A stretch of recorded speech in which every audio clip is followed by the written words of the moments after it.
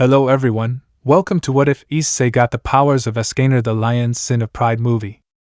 Before we start, please go support Raiden Sotong 345 for writing that awesome fanfic. This is the translated version I made. There will be some mistake in character's gender, but of course Issei is a male. DxD, Path to Power. Prologue. The four archangels, the most powerful beings of the clan of the goddesses who fought against the demonic forces that threatened humanity. They were irregular beings of great power, far above anyone else. The supreme deity, mother and creator of the race of goddesses, gave something very special to this elite. Thank you?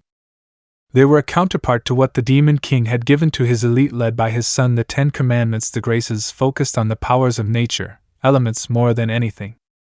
The four were experts in using them, given their control and affinity. Tarmiel the archangel with the grace of the ocean, which allowed him to create and control the sea and ocean, being able to cause great natural disasters. Seriel the archangel with the grace of the tornado that he can use for attacks and defense.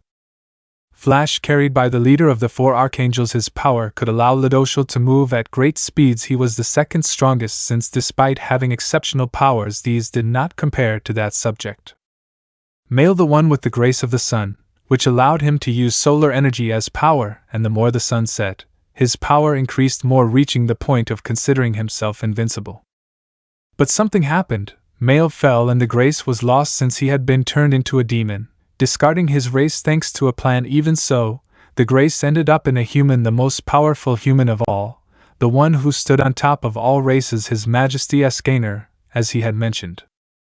A being beyond imagination, but had limits, being a human, but that did not prevent him from being the pinnacle of power and pride. The Lion of Pride, to be specific, sadly did not have the best ending, but left satisfied for having helped his friends and loved one who had not reciprocated his love, but she was the sun that illuminated his path. With his ever-faithful weapon Ritha, the divine axe that allowed him to store all the heat from the Scanor's body and release it so that it doesn't burn everything around him.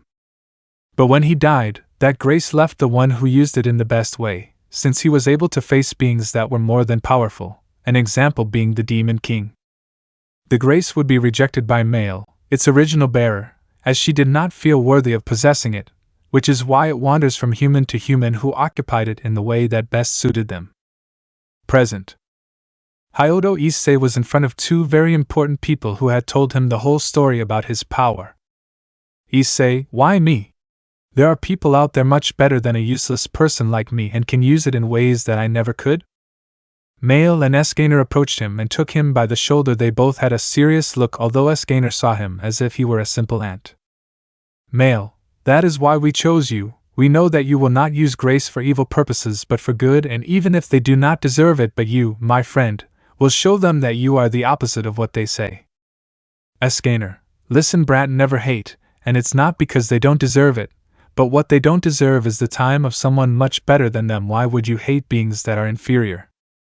The two's forceful words caused a fire to be born within him, causing the two to smile with pride at him. Then a golden axe radiating a great amount of heat appeared in front of him. Escanor, prove yourself worthy and lift her up. No one but you can do it. Then Issei approached the axe that was causing him burns, but they were healing quickly. He did not pay attention to that. Suddenly he took the axe and a hurricane of fire appeared and dressed him in armor that surprised the two. Issei, I am the one who is above all races. The two smiled more and disappeared from the place, since their job was done. S1 Chapter 1. Code Japan. Everyone was enjoying the day, which was going normally, but for one of the tenants of the place, things weren't going so well, or so it seemed. In front of a pond on the roof of the place, there was a chestnut tree that looked out from the top over the whole city, which could be seen perfectly due to the height of the residence. This was his appearance only now at his pure facade. He had an imperceptible smile on his face. He had a cold drink in his hand because of the heat. It was the perfect moment, and nothing could ruin it, or so he thought. Useless. He heard that voice that currently didn't interest him in the slightest. It was irritable, clearly it was. And he wanted him to apologize for being born in the same world as him, but for the moment he couldn't do anything, so he better turn around to see the one who was causing his momentary peace to come to an end. Issei, what do you want, Daiki? Her voice was monotonous, but imprinted in it was clearly heard a tone of pride and arrogance that made Daiki a little nervous, who turned out to be his older brother, a boy with brown hair and eyes of the same color, who had an arrogant smile looking at her. "Daika, have you seen the video I sent you?" He. Issei, "Of course, and to think that you would stoop so low, but it was to be expected from someone who steals everything on a whim." Daiki, Ha, no, the point is that I am better than you, and I deserve all this. He approached Issei menacingly, who looked at him with a neutral gaze as if he didn't care what he was doing, although that was really the truth. Daiki, listen Issei, I will always win, and just as I took her from you and bucked her, I can also take everything from you. After all, I am her caught, they will always believe me. Suddenly she quickly separated from Issei as she felt a great wave of heat that made her feel like she was going to melt. She looked up with hatred and saw Issei giving off that suffocating heat. He had a superior smile. Issei, what's wrong? Did it make you hot? Daiki, you're a bastard. Issei, Daiki, I think you don't understand something, and from now on things will not be the same. I hope you understand that. I will take charge of showing who you really are. Daiki started laughing like crazy when he heard his younger brother's words for him. That was a scenario that would never happen because it was impossible. He had everything calculated, although he would be careful. Issei, tell me one thing, Daiki, although I think I know the answer. Do you really love girls? Daiki, love them? They are just for my pleasure, and when I get bored of them I will get more, but that is something you can never have. He left the place with a smile of total arrogance, leaving Issei thinking. The subject was something that for the moment, he would not say. Maybe it would be revenge, but it was just a simple payment that he would give to those inferior beings. Issei mentally, I believe him to a certain extent. It already happened to me twice, Cecilia and Gabriel. His face still had the same monotonous look. There was no point in continuing to think about those trivial things. Only time would tell who would be his son, or his sons, those people who would guide him in the darkness. Issei mentally, now all that remains is to continue, there is no other choice. Also bored and decided to go for a walk, he left there jumping from the roof in a very strong jump that took him to another place, but he didn't realize that two people came out from the corners, although he had already noticed their presence except for Daiki, who is someone very careless in those aspects. So it's true, I was an idiot, right? We all were, but will we tell the others? No, they wouldn't believe us, so everything in its own time. In the meantime, let's see how we can obtain Issei's forgiveness, even if it takes a long time. The girls smiled bitterly.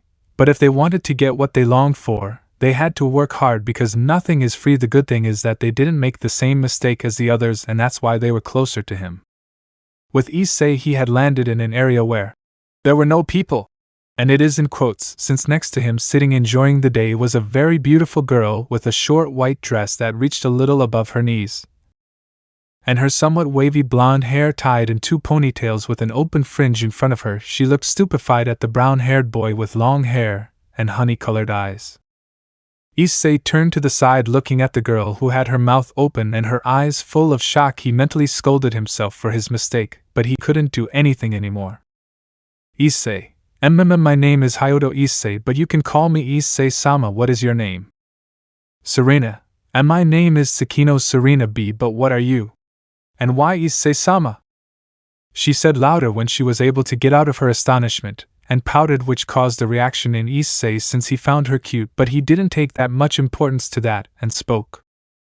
Issei mentally, I would have to learn magic to erase memories, but I liked. What can you do?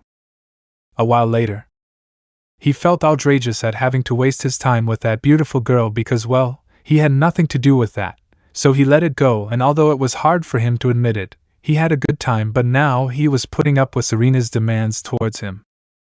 Serena, Nina Issei, why don't you teach me that? Issei, first of all, I already told you to call me Issei-sama. As for the rest, be specific. The words you say can be misinterpreted. Serena, may you understand me, so please do it. Issei, you're very confident, but it's already late, and I think you should go home. I'll give you the honor of having me accompany you home. Serena, wow, you are very proud. However, Issei did not answer her, and continued on his way, and the girl ran towards where he was. They continued their journey talking. Well, that was in Serena's case, and the brown-haired boy only limited himself to answering in a bored manner. Even so, being with her did not bother him. He wondered why, despite not knowing each other for even a day, they spoke confidentially, but he didn't give it any importance, and continued answering. Serena, well, this is my house, so thank you. Issei, yes, whatever you say, I'm leaving. Serena, wait, could we exchange phone numbers? Issei, okay. Then the two exchanged their contacts, and said goodbye. She entered her house, and Issei began to walk. Unlike the two of them, his attitude did not change between day and night, only his power, but that was not so much, and although it was not night, it was already somewhat late. At that he felt a bar rise in place, and smiled. He continued walking, but now with a smile, since maybe he could have fun. At that moment he stopped, and turned around. There was a man with white hair and red eyes. Issei, who are you? Euclid, hello, nice to meet you. Hyodo. Issei, my name is Euclid Lucifige. Issei, the pleasure is yours, but have you come? Euclid, wow, what pride. Well, the reason I have come is to propose something very interesting to you, and it is nothing more and nothing less than joining us. My lord Rizevim-sama has seen potential in you and offers you to be under his services. What do you think? You will have women, riches, territories. Ha ha ha ha ha ha ha ha ha ha ha. The laughter was loud and full of fun. In other words, it showed that he really found what he said funny. Issei, I find it funny just hearing about being under his services. It's just impossible. Euclid, as far as I know, you were just a useless person. Everyone treats you like a being who wouldn't care if they died. My lord is offering you a chance, and you just laugh. Well, I'll have to eliminate you. Then Euclid increased his aura to intimidate him and make him die with a face of despair, but he saw him. He was calm, as if nothing had happened, and that bothered him. Then he created a magic circle from which a very powerful blast of ice came out. But there was something that shocked the demon, and that is that as soon as he was reaching where the chestnut tree was beginning to melt, he then felt a great magical power coming out of the guy in front of him, and that scared him, since he was going up and was surpassing him. Issei, I think you don't understand, and it's that no one can be above me since I am the pinnacle of everything, but it's something that a dirty demon like you would understand, that's why. Then in the brown-haired boy's hand a sphere of power began to grow that radiated a great amount of magical power and heat. It was like a sun, it looked majestic. Cruel sun. The sphere was launched towards its target, who, seeing that he would not have time, decided to escape through a magic circle. He only thought about who that guy really was. The reports did not talk about any of that. What surprised him the most was seeing that sun. Issei, coward, although I understand since he was facing me. The barrier had disappeared since he had not hardened his attack, which was very simple since it did not have that much power, but that did not matter to Issei, and he took the path to go to the residence. The next day, the brown-haired boy was leaving the mansion since he had more important things to do, and he didn't want to run into them, so it was better to leave to get rid of the boredom. But unfortunately, no one could take away the boredom that has been plaguing him. Issei mentally, it's true, my plan has to start very soon. I've heard about the sun gods, but it's all nonsense. But in order to face them I must reveal myself. It will be interesting. He was looking around and saw people smiling. Some were serious. Others had a calm face doing different activities, and that brought a smile to my face when I saw the peace that there was at the moment. He could be someone proud, but even he was happy about that. But then she saw a person who totally caught her attention because she gave off an energy that surprised her. Because she was divine, it was a black-haired girl. She was wearing a very normal outfit, a red dress, casual, and the best thing was she didn't have any makeup or anything. She was natural, and that made her look beautiful. She walked around observing everything with a beautiful smile, which totally captivated the brown-haired boy who couldn't take his eyes off her. So he decided to follow her to ask her who she was, but he had suspicions of who she was since he had seen her appearance somewhere or had heard about it. So he went and started walking towards her, noticing that the girl began to slow down, a sign that she noticed that they were following her, and when he got to her side he spoke. Issei, who are you and why are you a goddess in the human world? Wow, I was already saying that that level of power was not for someone normal, and your question is that I went out to relax. Issei, you haven't answered my question, so answer. The boy's voice that spoke to her had no bad intentions, it was just pure curiosity, or so she noticed under that neutral tone with which he spoke, so she decided to tell him. Amaterasu, my name is Amaterasu, the sun goddess of the Shinto pantheon, and what is your name? Issei, I'll tell you just because you told me yours. My name is Hyodo Issei, but you can call me your majesty Issei. Amaterasu, wow, what pride. Issei, it's normal, after all I'm the same pride. The goddess just smiled at that, but not in mockery, as she felt that if she did that she would have a bad time. It was because she noticed that he was telling the truth and that she had liked him. Amaterasu, well, it's a pleasure to meet you, Hyodo Issei. Now tell me the reason why you followed me. Issei, out of curiosity and because you are very beautiful aside from the fact that you gave off divine power. Amaterasu, wow, although are you trying to flirt with a goddess? Issei, if that's so, what would be the problem? Amaterasu, foo, it was very interesting, but why do you give off so much heat energy? I asked because being close to him caused her to get very hot. It was hotter than his power of the sun, but it wasn't harmful. It was like domination that enveloped you in it, but without hostility. But there was something that caught her attention since she saw him. Amaterasu, why do you have a spell on you? What are you hiding, Issei? By this time the two were already in a place where no one would bother them and they could talk without being heard. Issei, I hide my true appearance, I don't want to show it yet. Amaterasu, okay, but I hope to see her soon. Issei, there's something I want to ask you. Amaterasu, tell me what it is and I'll see if I can fulfill it. Issei, you see, inside me I have a power that is very powerful. It is called Sushain, which is the grace of the sun, and despite not having divine power I have the characteristics of a god, and my goal is to be the supreme sun god. That is why, Goddess Amaterasu, I want to fight not only against you, but against all the sun gods. By this time she was very surprised because, to demonstrate it, a miniature sun appeared in Issei's hand, but it had a considerable percentage of power, which made her a little tense. Amaterasu, well, although I would accept, I don't think the other gods would be willing to fight for their titles. I don't know how powerful you are, but even if they were to accept, they are not easy opponents, and even less so the most powerful of us, who is Ra. The sun god of Egyptian mythology. He is ranked fourth among the most powerful beings in the supernatural world. Issei started laughing with excitement, which was noticed by her, who frowned, believing that she was underestimating them. Issei, don't be confused, Goddess Amaterasu, I'm just excited. If every god is as strong as you say, then this will be too interesting, since it wouldn't be fun to defeat simple weaklings. Tell me, do you accept? Amaterasu, okay. But don't think it will be easy. In a month there will be an alliance between the Shinto pantheon and the alliance of the three biblical factions, so we can fight there. But as you told me before, you are not very well liked, so I will ask for you to be taken. Issei, I expected nothing less from a goddess like you. I also tell you that when I beat you, you will be mine.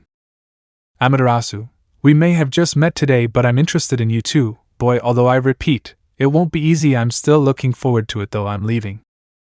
Issei smiled at that fun encounter. Things were about to get interesting, more so because of Euclid's appearance. He won't say anything to them since he's not interested. Issei mentally, although it is strange, it is assumed that he was killed by Valeria in heaven, when he fought against Krumm, and they thought that this was over. But wherever you are, rest assured that you will die under my feet, Rizevim. So he went to continue walking around to distract himself without noticing an annoyed look that he saw around the place, but it wasn't annoyed towards Issei but rather towards Amaterasu, and what she heard.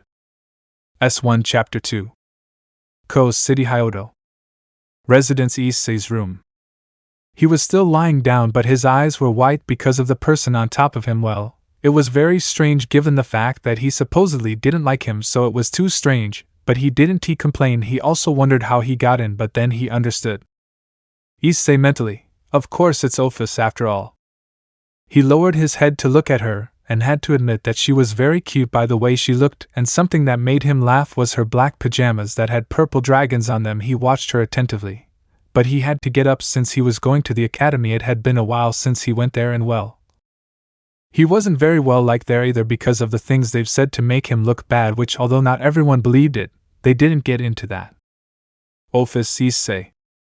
He heard the monotonous voice of the Infinity Dragon who looked at him with her typical emotionless face, but for him it was different. He knew how to capture what she felt. Too bad she didn't want to be close to him, that's why she put on a serious look and coldly spoke to him. Issei, what are you doing here, Ouroboros dragon? No, why are you on top of me? Ophis, I wanted to sleep with you, can't I? Issei, exactly, you can't, so get off of me. But she ignored him and clung to him more, but even so, she didn't change the brown-haired boy's decision. He continued to look at her with cold eyes, since although he didn't dislike her, she treated him not badly but ignored him well. She ignored everyone, so she didn't complain either, but there was something that made him completely move away from her. Ophis, why? Issei, you know it yourself, Dragon Ouroboros, don't you remember what happened that day?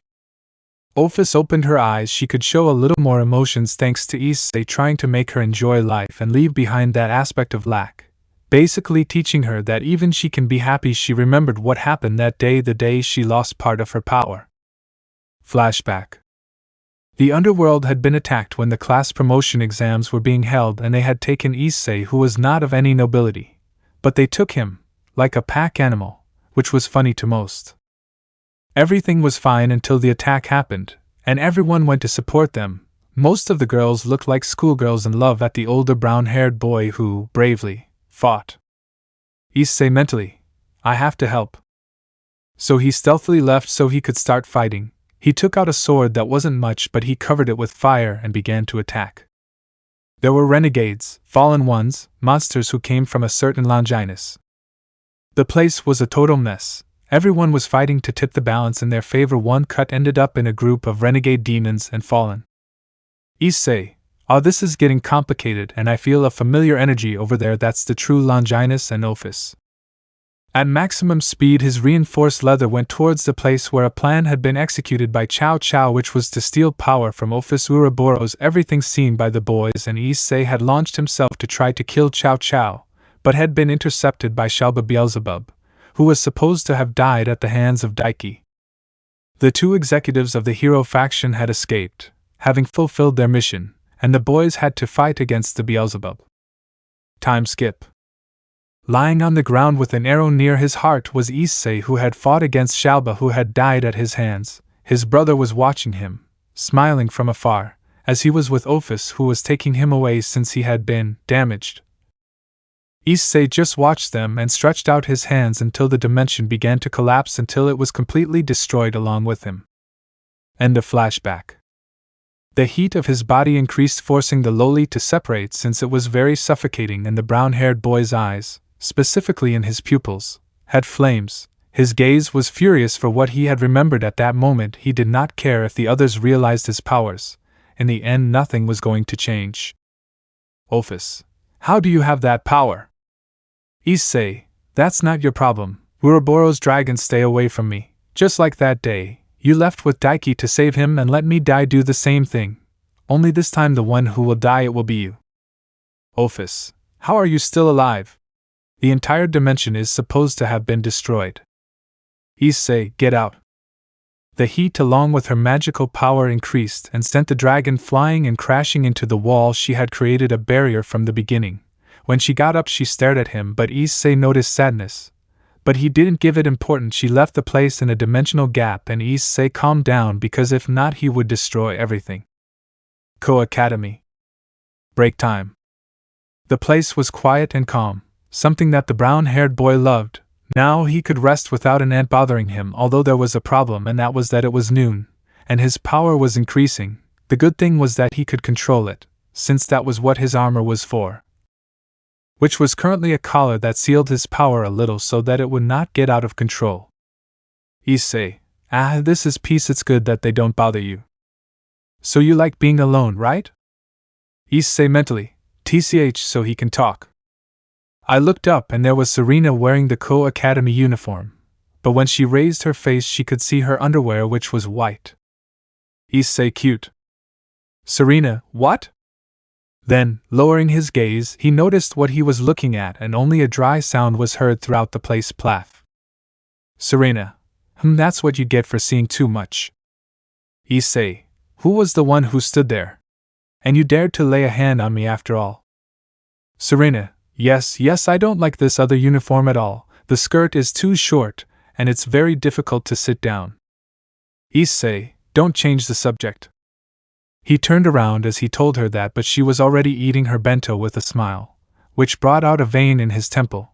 But he calmed down since it would be a waste of time, and he just kept looking at her. For some reason he liked her smile.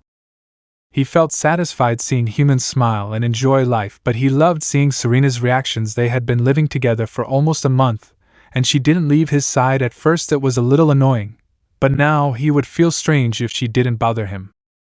In fact, many of the students said bad things about him so that Serena would stay away from him, since according to them Issei was a bad influence, a womanizer and a pervert. Only one thing about Das was true: he was a pervert, but like any boy his age, not like his brother.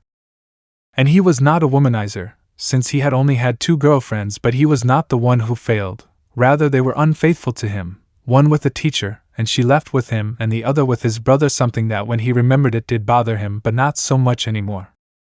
Serena, what's wrong? Issei. Issei, nothing.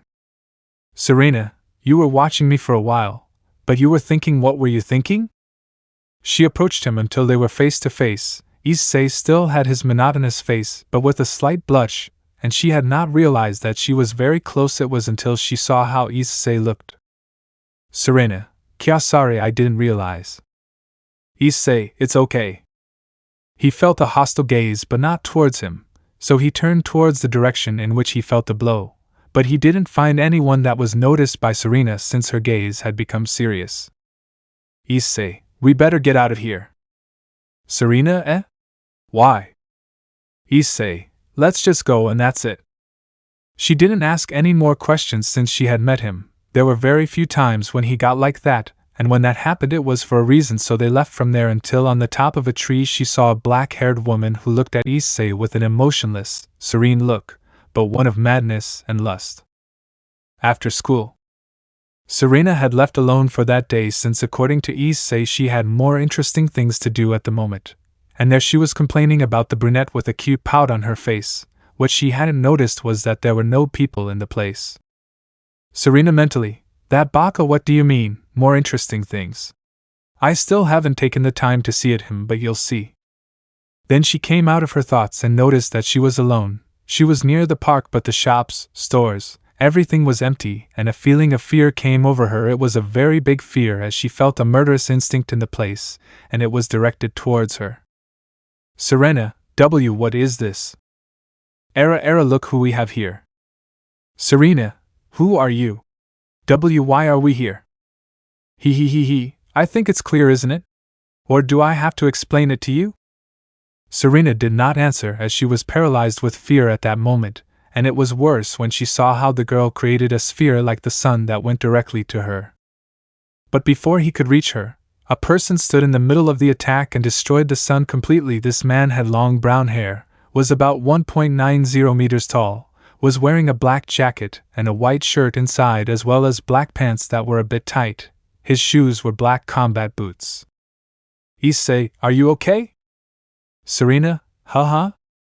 Wow, it's you. I knew you would answer my call.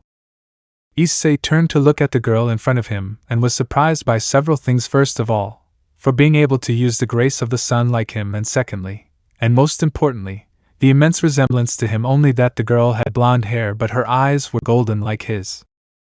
Issei, who are you? Lucy, okay, my name is Hyoto Lucy, daughter of the sun god of pride. Issei, in short, you are my daughter. Lucy, that's right, except I'm from the future. We've come to help you, even though you don't need it, but we wanted to see you. Issei, we? I mean, you didn't come alone. Sora, that's right, Dad, my name is Hyoto Sora. Issei turned to the other side and saw a black-haired girl identical to him. Her eyes were the same color, and she had a very beautiful face. Issei, okay, but this isn't the place to talk. They release the barrier, and we leave Serena. Serena, yes? Issei, you will go with us. It's something very important. Oh, and just so you know, I'm Issei. Serena, who was lost in the conversation, found it strange that this very handsome boy spoke to her normally, but his voice seemed similar to her apart from the proud and haughty tone in which he spoke, but she was greatly surprised that he was that boy with whom she was always. Tsukino residence. Mr. Tsukino, Serena's brother, and Serena herself were open-mouthed for some time now. The blonde's parents had known that their daughter had a friend named Issei and had even seen him several times, but to think that the boy in front of them was the same one, it was unheard of. Mr. T, so you are Issei? Mrs. T, and you your daughters? Sammy, and Lucy is my sister's daughter. Serena, a daughter of that proud and arrogant boy, really? Issei and his daughters had a poker face, as the family was reacting in a strange and more serene manner. Issei, that's right, although you should be proud and serene, you hate me so much that you end up having a daughter of mine. Serena, why do you say that, baka? The others laughed a little, although the family was still a little in shock because something like this doesn't happen every day, although Mrs. Tsukino smiled with joy when she saw that her daughter had fallen in love with a good boy, may be very proud. But now she knew why not like that jerk from Darien. Issei noticed his future mother-in-law's smile. It may have been coincidence, or fate, but he wouldn't let Serena go for anything in the world now. He just had to eliminate the threats that wanted to destroy the world. Issei mentally, but it's something I won't allow, although it will be very interesting. I'll be able to use some of my power. S1 Chapter 3. Underworld. Lucifer Castle. Meeting room. A mini-meeting was taking place with the leaders belonging to the alliance made up of the three great factions that are the biblical ones: demons, angels, fallen, the Nordics, who were led by the god Odin. Father of all, there were also the yokais represented by their leader Yasaka, and partner of Daiki Hyodo at his side is his daughter Kunu, who is 16 years old, and is not very convinced of the pillar. And the Olympians could not be missing. Who was there was the king of the gods of the Greek pantheon, Zeus, the main god, but at that moment a somewhat controversial scene was taking place. A girl with golden blonde hair, green eyes that at that moment shone in a strong golden color had the god Zeus under her feet. What happened to that initial arrogance, old man? The girl was beautiful in definition, and she was very, very similar to the Archangel Gabriel, who was looking at her in shock. The girl gave off a divine and heavenly aura, generating suspicions in those present as to why her resemblance to the angel. Sir Edo, could you please tell me who you are and stop crushing Zeus Dano? Anna, you are not worthy of knowing my name, but I will tell you so you remember. I am Hyodo Anna. Upon hearing the last name, a light brown hair came to mind, which is their pillar. So they smiled, as did Gabriel, since she was undoubtedly his and Daiki's daughter. They all approached her, who had stopped crushing the god, but when they were close to her body, a lot of heat began to generate. Anna, who allowed them to get close to me? Inferior beings do not deserve to be near me, and even less so her. Azazel, but why are you doing this? Aren't you the daughter of Hyodo, Daiki, and Gabriel? Although I get jealous thinking about it. Anna, I am the daughter of Hyodo Issei, and unfortunately of Gabriel. I came with my sisters, but we got separated and I ended up here. Where is he? Everyone was shocked when they heard that, and Gabriel even more so when he heard the word unfortunately. It hurt him, but he was also confused and upset when he heard that she was Issei's daughter. Gabriel, but that's impossible. I love Daiki. Unfortunately I was with Issei, but Daiki opened my eyes to that useless guy. Anna did not respond verbally, but she raised her hand and a sun was created in it that gave off a lot of magical power and heat that scared everyone, and they quickly created a barrier, except for the angel, who looked with open eyes at the girl, who said something to her without making a sound. Cruel sun. The sun went straight to them, and before it arrived the girl took the opportunity to disappear and not stay in that place. Even though anyone would say that she ruined everything, she was not interested. Because that did not affect anything. The sun exploded and broke the leaders' barriers and sent them flying, leaving them a little injured except for Gabriel, who was still standing. Odin, wow, that brat has too much power. Is she really the daughter of that brat Hyodo Issei? Yasaka, if that's so, it needs to be investigated. Michael, who was standing unsteadily, approached his sister and took her by the shoulders, which brought her out of shock. She turned to look at him with tears in her eyes. Michael, what's wrong? Gabriel, what did that girl do to you? Gabriel, Oni-sama, she is my daughter. Michael hugged her. He didn't like this at all, and he would investigate everything possible to find out what was really going on. That girl showed incredible power, and if his father was that boy, then he was too, and he's not useless. Michael mentally, then why does Daiki always say that his brother is a complete useless? I'll have to see what happens. The others continued with a somewhat similar thought but with certain differences, and Kunu, who was in a corner watching everything, came to a very accurate conclusion, but it was just gaining strength since it was barely implanted. Sir Shea, well, you don't have to leave here until we get to the bottom of this matter. Ko City Park. Issei was in his camouflage, which was his old appearance. He was with his daughters taking a walk. A week had already passed since their meeting, and Issei had stopped living in the mansion since he did not want to deal with questions or flirting attempts from his brother towards his daughters. Something that she found curious and strange was that her daughter's timeline, which was the future, had been erased, and they were the only ones to survive. Their mothers and fathers had died. That was the reason why she had come. Although it is supposed to be a taboo, there would be no problem since they had obtained it from a supreme being. Issei, and what do you want to do? Lucy, well, we have to look for our sister Anna. Issei, I still can't believe I have a daughter with Gabriel. Sora, well, believe it, Dad, since it's true.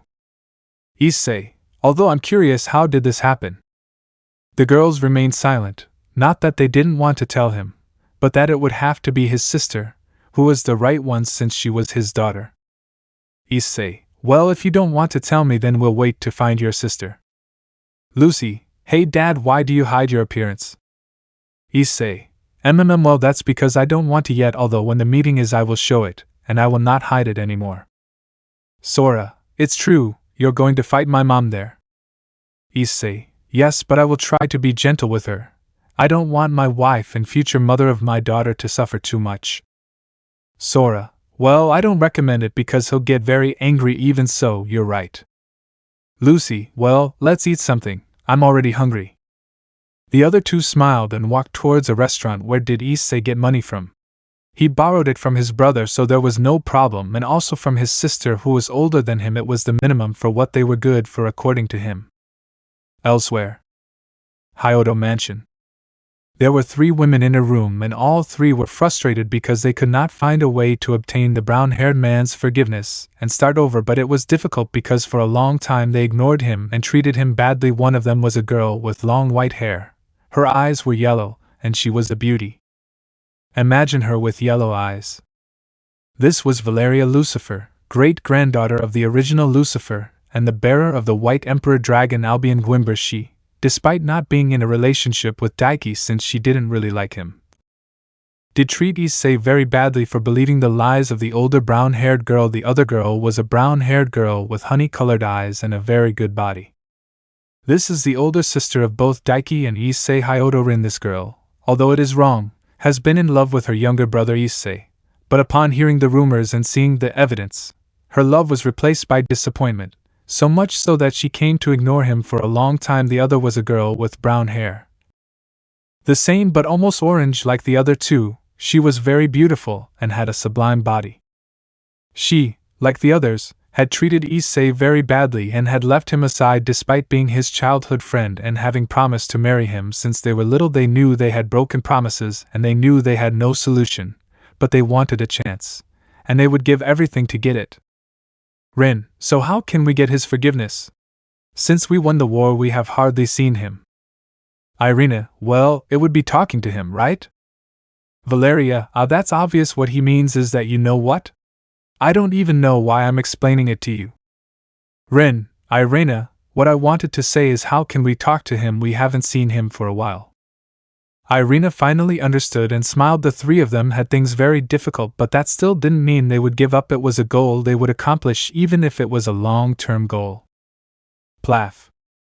It was the sound that was heard in the place. That was a house a little big for several people. It turned out to be the house of Hyodo Issei, who had bought it with the money he had borrowed from his brothers. The slap had been given by Sora to his younger sister, being Anna, who had found them.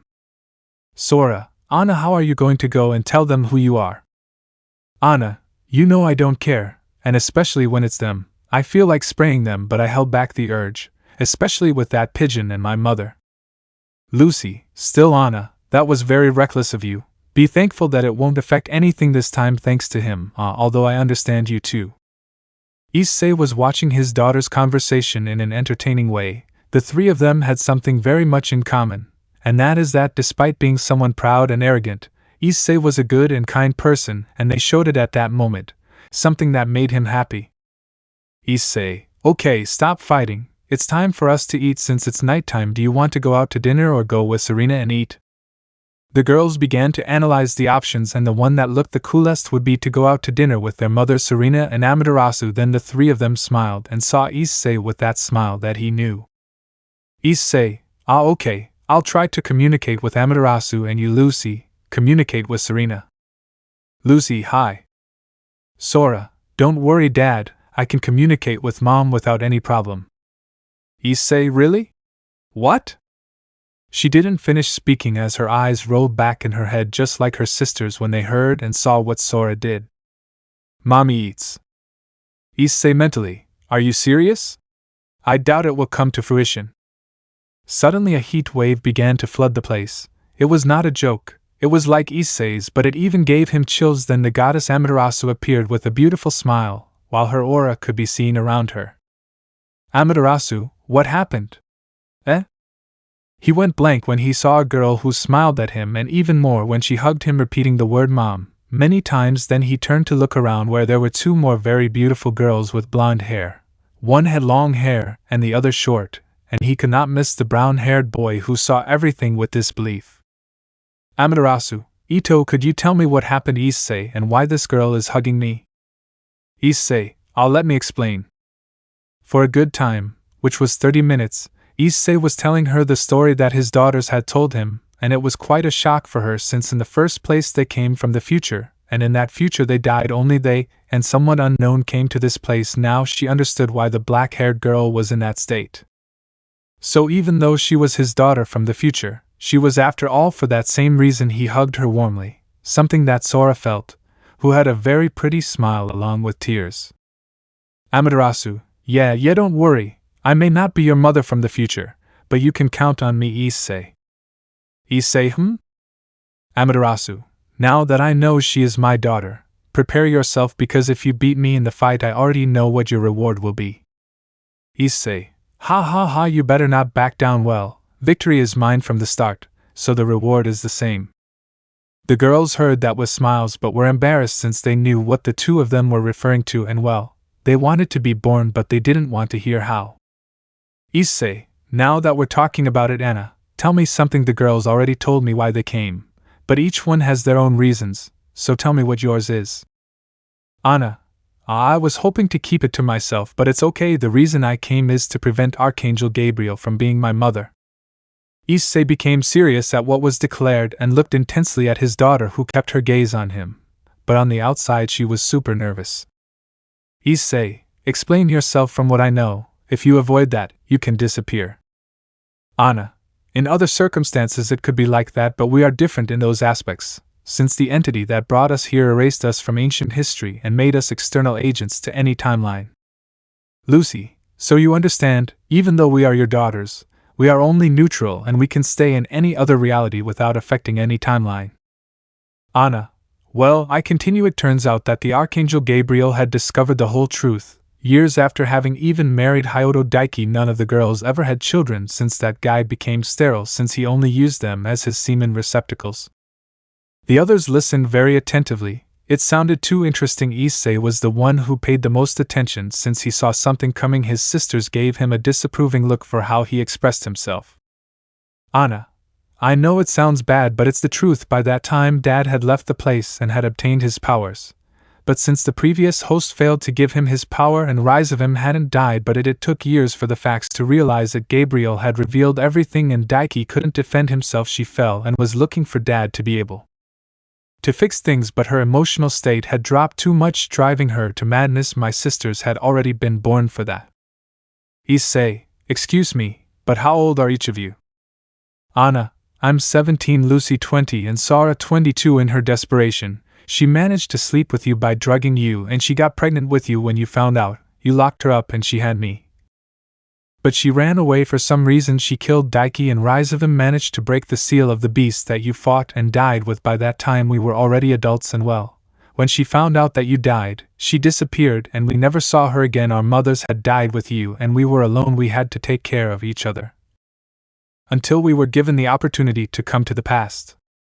Sora, even though we were surprised a lot, Dad, ours was super cool. You are even cooler.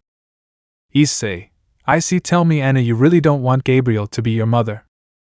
Anna, no, because even if I am born from another person, I will continue to exist, but more than anything I want to prevent that woman from getting close to you and my other self from being born from her. Issei, I see. Okay, well, we'll see about all that later. It's time to go eat. Ring ring. Already knowing who it was, they got ready and went to open the door. There she was, Serena, watching them with a smile, and behind her, her family. Serena, so, are we leaving? The others nodded with a smile and left, but Amaterasu noticed something in Serena that caught her attention. In the distance, a black-haired girl could be seen looking at Issei with love, but this was obsessive, and at the other girls with a neutral look. Soon my Issei. S1 Chapter 4. Sky. Main office. The current leader of heaven had many things to think about, and one of those was about his niece. It turned out that she was the daughter of Hyodo Issei, and that was what had him worried. That power that she had presented had been seen when Rizevim had been defeated by Hyodo Daiki, and he had claimed that his power had evolved. But with what had happened, it was something really difficult to explain, since there may be some things that could fit. Until now I had two theories. The first was that the power that Rizevim had defeated was none other than Hyodo Issei, but if that was the matter, why didn't he say anything and the credit went to Daiki?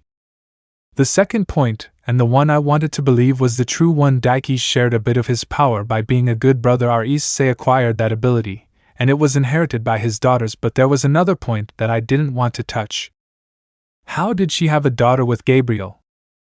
She knew beforehand that they had a relationship or something similar in the past, and that Daiki had saved her from the clutches of her younger brother's perversion. But if that was the case, then he may have raped Gabriel in the future, or the future was different. Miguel, I'm getting into a lot of confusing things, and even though everyone already knows, I doubt they're investigating the matter in depth. How must Gabriel be? Elsewhere. In the office belonging to the Seraph Gabriel, we can see the beautiful girl with golden blonde hair and emerald green eyes. Her voluptuous and defined body were the attributes of the most beautiful seraph in heaven. She was emotionally damaged. She didn't know why this was happening. One day she was a normal girl, so to speak, clearly already centuries old, and the next day you discover that you have a daughter with the worst person in the world. She thought it had all been because of a grape in the future. Gabriel, I think I'll have to tell Daiki, or better not, since they had said that we would keep that event a secret. Even so, she is my daughter, even if her father is that bastard. Are you sure about that? Gabriel, huh? Who's there? Don't you know the real bastard? The voice was heard everywhere, but there was no one, or was there? The point is that Gabriel couldn't see anything, but the voice kept going on and on. Suddenly the room completely broke apart, and he was in some kind of separate dimension. Tell me something. Why do you say that Issei is a bastard? Gabriel, because that's the truth. Daiki showed me the true face of that monster. She felt a warm liquid coming out of her cheek. She touched that part and noticed that there was a cut with blood. She saw it and was surprised. Suddenly a girl identical to her, but this one had something different. She was more voluptuous. She had an innocent smile, very innocent. Gabriel F. Hi, I'm you, but from the future. Gabriel, how? Gabriel F. Just like you heard it. Now tell me, don't you want to know the truth? Gabriel was moving away from his future self as he slowly approached, and that scared him. The one from the future enjoyed feeling his fear. Her smile disappeared and a look of hatred was implanted in her at a great speed that her past could not see. The future had appeared and had taken her by the neck. But something in her changed, and her golden blonde hair turned black as darkness, and her warm green eyes turned glacial blue, denoting a great coldness. Gabriel F., never in your life call my beloved Issei a monster again. The young Gabriel was scared, since the aura of her other self was evil. It was like that of a fallen angel, but worse. She felt like she was going to die. But what surprised her and left her in shock for a moment was, my beloved Issei. What did that mean? It didn't make sense. Gabriel F. I'll look, I don't want to hurt you.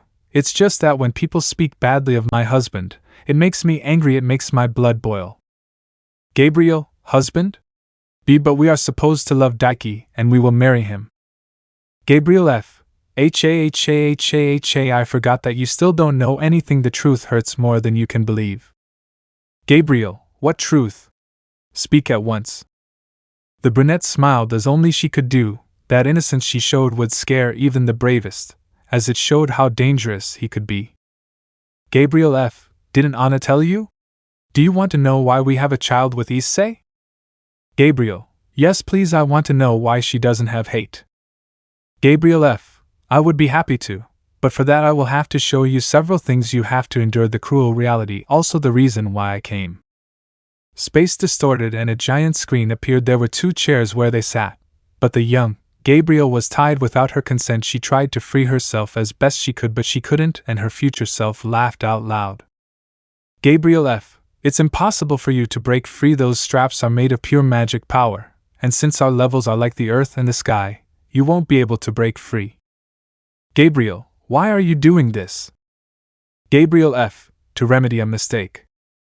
This is how the suffering began for the young Gabriel, but it was not a physical torture. It was worse because there is no worse punishment than the emotional and mental one. The following images and memories made her eyes open from the shock, and they began to lose their shine while the Gabriel of the future saw everything coldly. Gabriel could not hold back the tears that began to shed. They were from sadness, anger, rage, disgust, many mixed feelings, but there was something that made her heart break completely.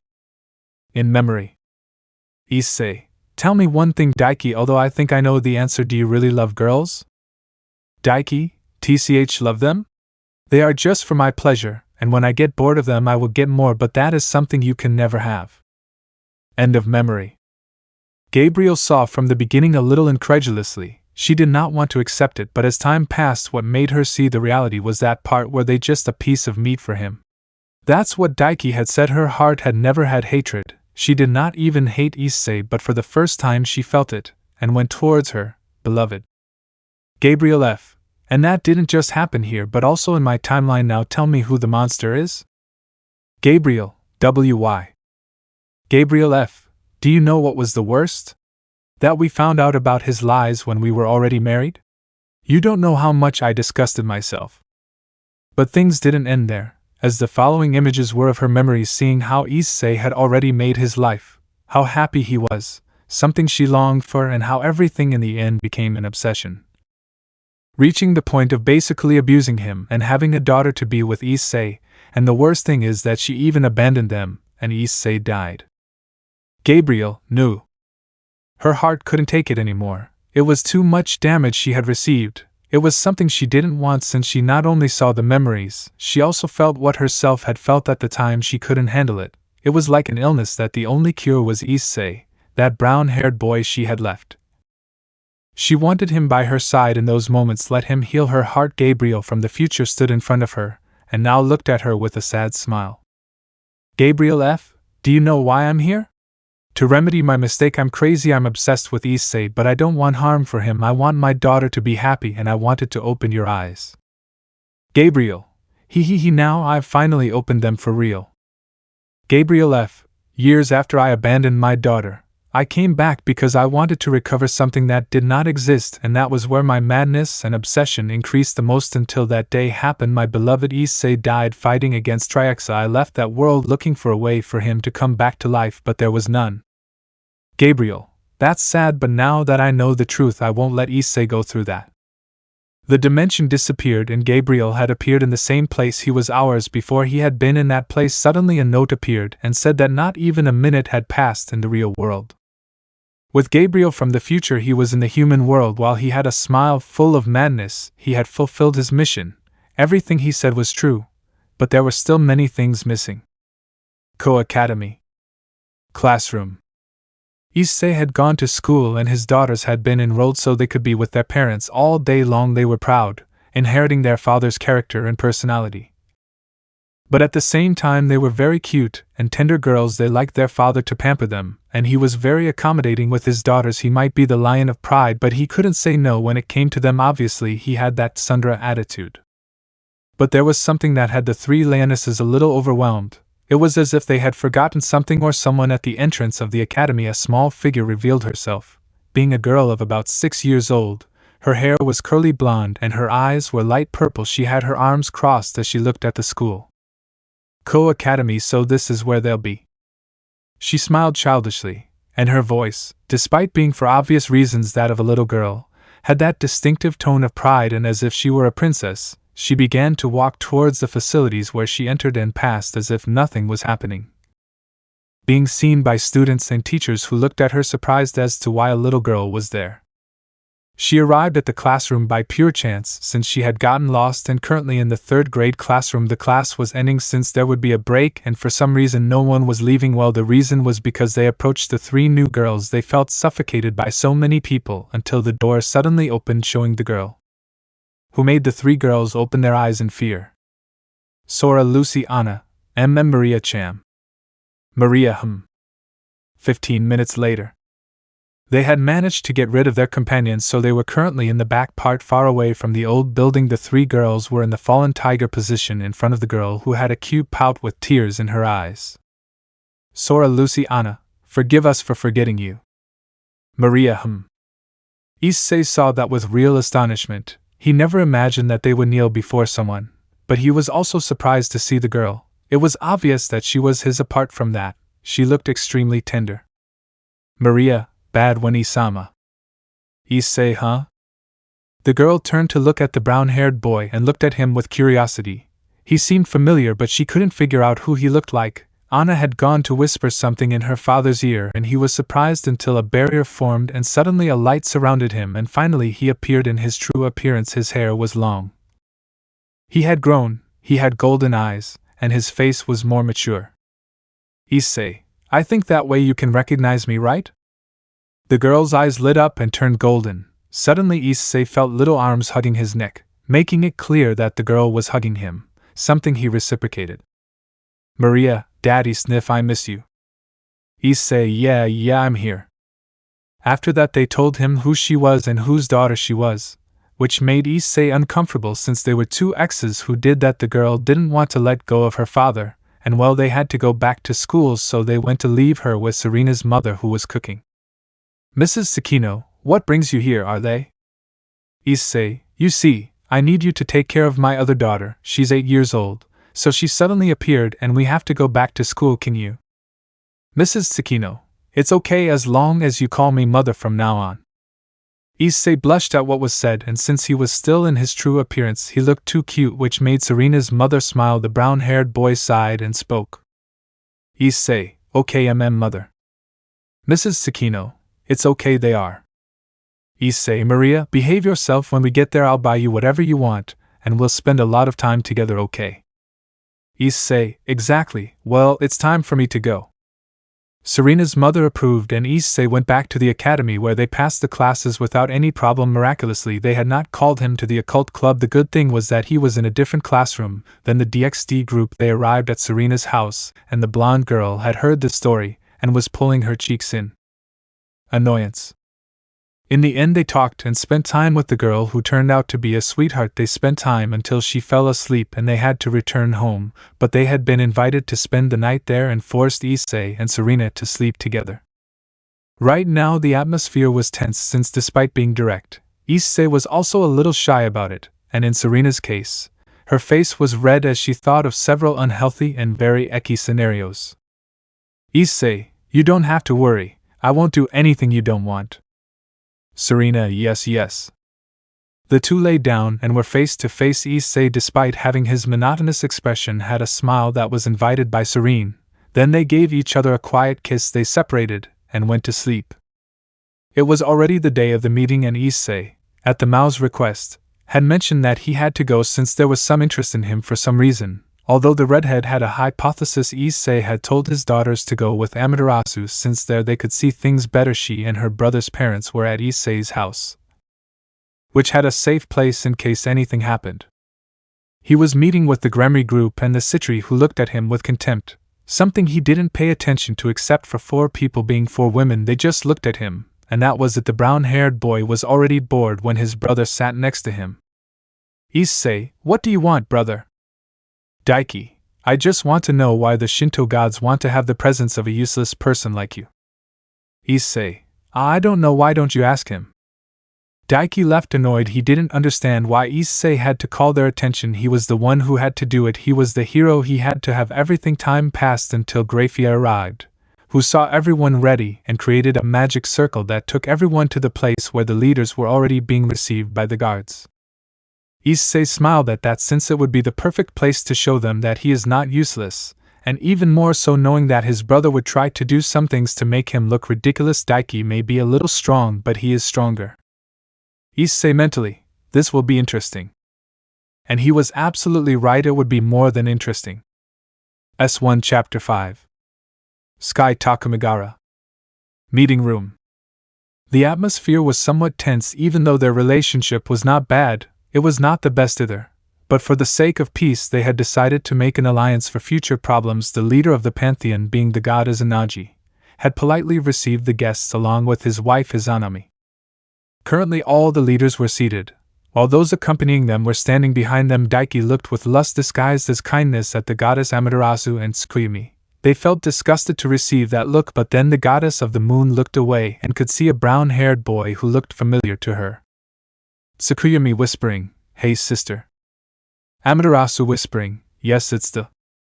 They had put up a barrier so that they wouldn't even hear their whispers. The moon goddess was surprised because that boy didn't look anything like the description her sister had given her. Well, his appearance was the same as the one she had described, but he didn't look imposing or powerful at all. But appearances can be deceiving, so she wouldn't go with what she saw. "Sergei, we are pleased that you have been able to agree to form an alliance with us, Izanagi Dano." Izanagi, the reason is that we don't know what other danger may come. We didn't receive any attacks during their war, but we discovered spies who wanted to destroy our pantheon. But anyway, Lucifer, let's start with this. The alliance leaders began to plan what was going to happen in terms of acceptance, which was support in future threats, technological and knowledge exchange, troops and other things that favored that faction. Azazel, so what do you think of Izanagi Dano? Izanagi, well, now I see why Yasaka agreed to join the alliance. All of her proposals are interesting, but unfortunately, even though I am the leader, I cannot accept without the consent of the other gods. Yasaka, Izanagi Dano, we recommend it to you. The other deities are here. We even have someone who is the hero of all of us, who defeated Rizevim Levon Lucifer, and awakened a new power to be able to defeat him. The Shinto gods were already informed about everything by Amaterasu. Even today they had met her granddaughter, so he knew where they wanted to go. According to his daughter, the plan was that this boy would be her fiancé, but they already had a backup plan. Susano, and who is this Yasaka? Since you idolize him so much, he must be very powerful. Yasaka, of course, the Hyodo Daiki, the pillar of the factions, my fiancé, as well as the most powerful Sekiryutai in history. Izanagi, interesting. Well, we want to talk about it among ourselves first. We had previously discussed this topic, but now that we have received your proposal, we want to talk about it. Izanami, in a few moments you will be in a special room where you can rest and eat some snacks. The leaders accepted. They didn't particularly expect this, but if necessary they would accept it, so they went to that place, including Issei, who was seen by the majority with repudiation except for some leaders, who had nothing against him but didn't care. But Sergei analyzed him. He felt that he was hiding something. It may have been that his hypothesis was true, or that he had obtained that power due to his lineage, whatever it was. On the other end we can see the seraph Gabriel, but she was looking at Issei, discreetly, according to her of course, but as surprising as it was, no one noticed that since most of the girls were with Daiki pampering him and so on. As for Gabriel, she stared at the brown-haired boy, following each of his movements. Issei mentally, what's going to happen to the dove? For a while now, she's been staring at me a lot. She's even giving me the creeps. Rin, hello Issei. The brown-haired boy turned to look to the side, seeing that it was his older sister who had spoken to him. He didn't know why, but he didn't want to bother him. Issei, what do you want, Rin? Rin, Just to know how you've been. I haven't seen you in a while. Issei, I'm fine, and you? Rin, yes too, I'm glad you're okay. They continued talking, being watched by Irina and Valeria, but they would not get involved since they had agreed on how to approach, and the perfect person to start would be her by that time they called them. About 1 hour had passed, and the leaders were nervous, but Issei decided to stay there. Issei mentally, it's time. The Shinto gods were already ready to declare what their decision had been, but one thing was clear, it would not be easy to meet their expectations. Izanagi, well, we have come to a conclusion, and that is that we accept the alliance. Sershei, perfect, then take this as the document for you to sign. Another point is that some of your daughters commit to the Sekiryudai. Daiki had smiled at that. Being able to be with a goddess would be something else than showing off to his brother's face, but the next thing they would say wiped his smile off and annoyed him.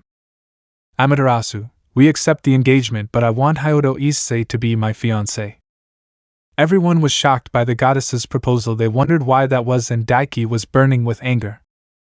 Odin, may I ask why that is? I know I can answer that. Then 4 girls appeared at the place. 3 of them were already grown up, and the last one was a very pretty girl. They recognized one who was the blonde with green eyes who looked down on those in the alliance. Zeus, it's you, brat. Anna, what do you want, old man? Don't tell me you turned out to be a masochist and want to be under my feet again.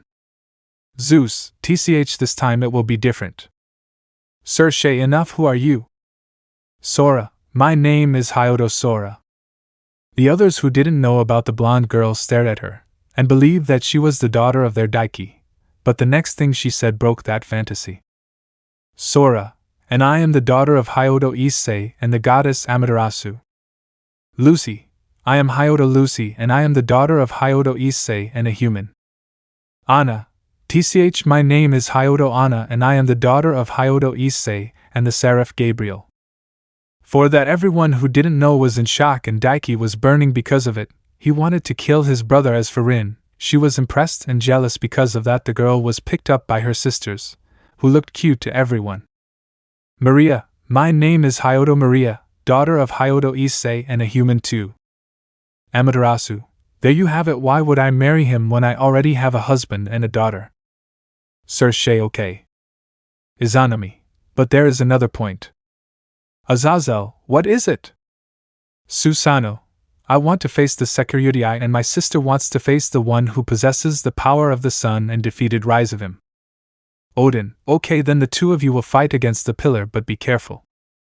Issei still hadn't appeared. He was in a place near the arena, waiting for the show to begin. He had nothing against them, but this was also to make it clear to them that he wouldn't be their catcher, nor would he be under their orders. The 3 of them were in the combat arena, and Daiki was very scared, since he had never fought before. He always hid and waited to be able to finally give the blow that would give him victory, and the worst thing was that his brother was not there. That put him at a greater disadvantage. That was also because he did not train. Everyone in the stands supported their pillar, and even dared to place a bet that if Daiki won, Amaterasu would be his wife that very day, just like they were projecting themselves onto the United factions.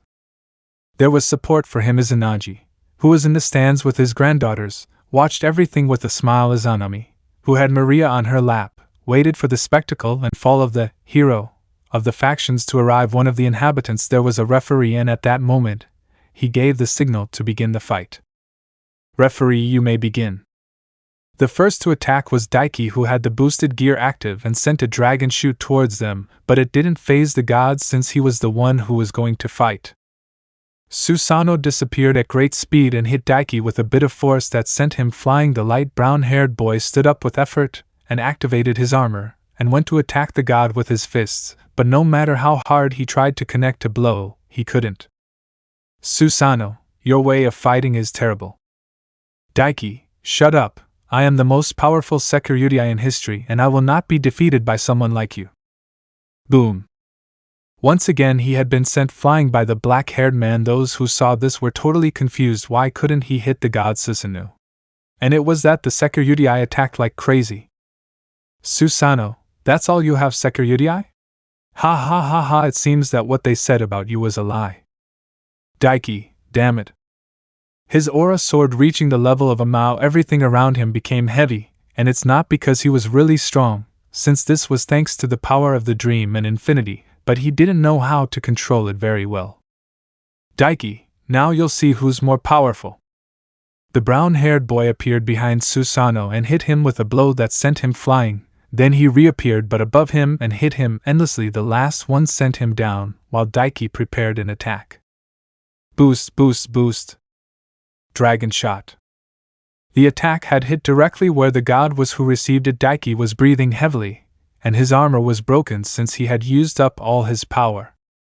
The deluded girls believed that the victory had been for their beloved. The leaders saw that seriously. Since the god had more power, they wondered how it was that if Daiki was powerful he couldn't win. Susanoo, wow, I have to admit those blows and attacks did hurt, but unfortunately for you, it takes more to defeat me and much more to be able to hurt even my sister. Daiki, it can't be, I hit you with all my power. The facts that saw this began to doubt whether he was really the most powerful Sekiryutai in history, and the one who defeated Rizevim. Gabriel saw everything with neutrality, while trying to get closer to his daughter, but she clearly did not allow item. Susanoo, ha ha ha ha, you have to be kidding. Even though it's hard for me to admit it, Rizevim was stronger than me and you can't defeat me now. Why don't you bring out that power with which you defeated that bastard? Daiki, shut up, shut up, shut up, shut up. At that, some footsteps were heard that went straight to the platform. Everyone turned to look at the place. It was Issei, who had an aura of fire coming out around him, and it was so chaotic. The boys' allies smiled as they knew what would happen next, while the leaders no longer had any doubts. That power was the one seen when it was the battle against the evil dragons. Issei, you're so disappointing. Daiki, you can't beat someone who's supposed to be weaker than you. Daiki, what do you want, you useless bastard? Issei, enough Daiki, it's time for the truth to be revealed.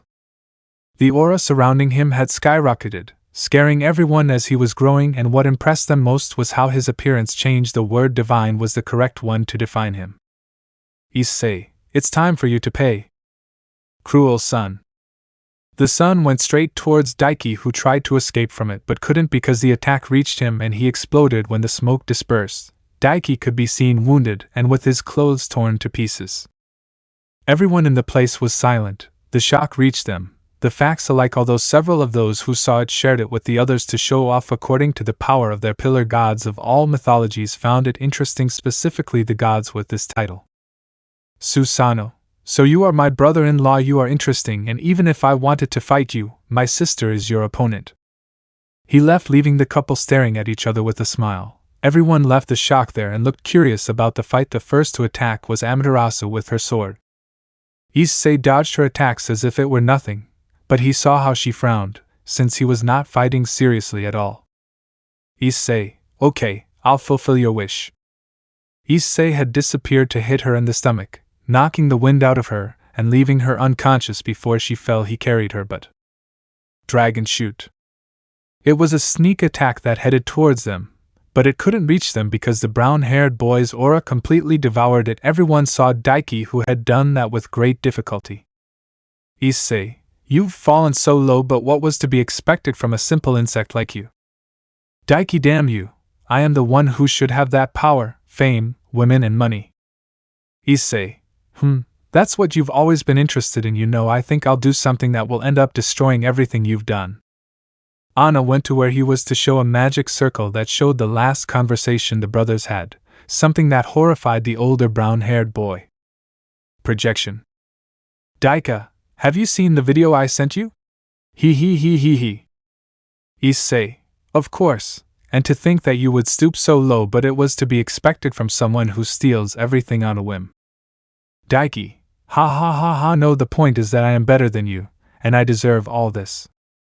He approached Issei menacingly, who looked at him with a neutral gaze as if he didn't care what he was doing, although that was really the truth. Daiki, listen Issei, I will always win, and just as I took her from you and bucked her, I can also take everything from you. After all, I am her caught, they will always believe me. Suddenly she quickly separated from Issei as she felt a great wave of heat that made her feel like she was going to melt. She looked up with hatred and saw Issei giving off that suffocating heat. He had a superior smile. Issei, what's wrong? Did it make you hot?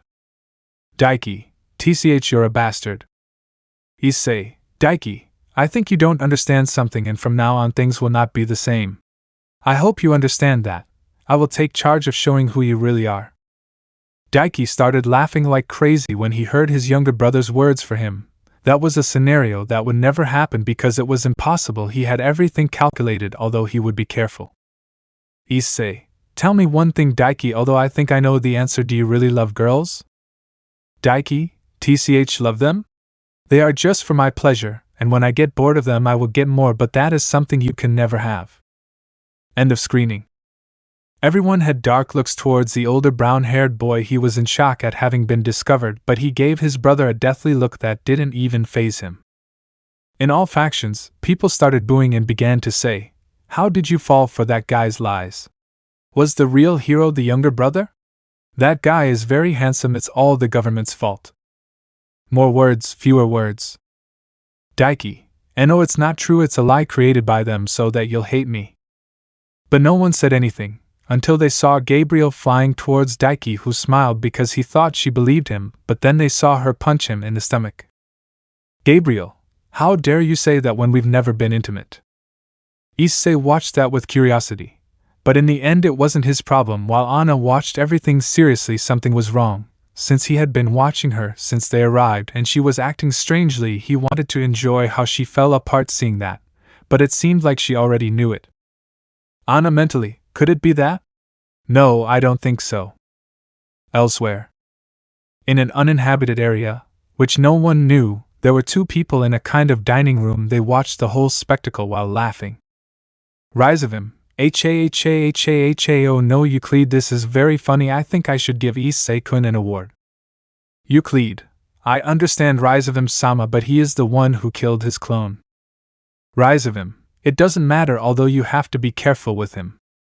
He said it with a look and a serious smile. Everything was going very well.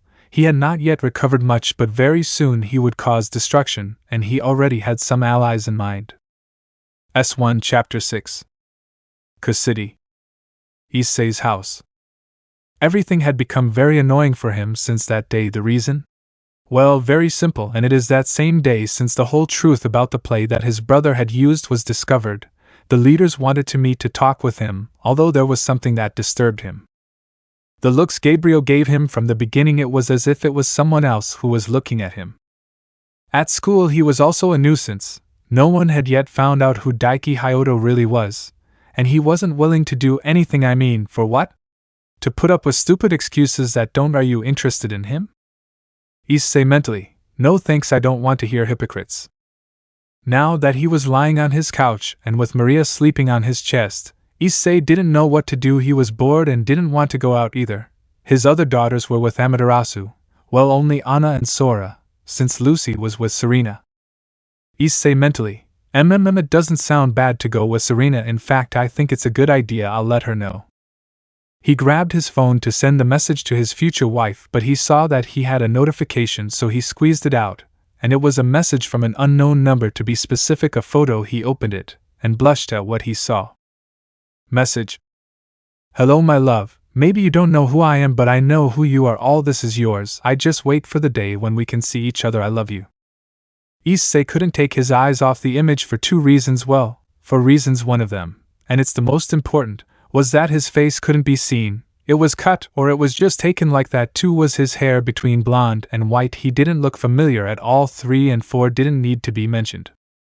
He was a man after all, and he couldn't help but admire female beauty. He may come across as apathetic, but if he was not always, still he liked to have conversations with people. Maria, Daddy, what do you see?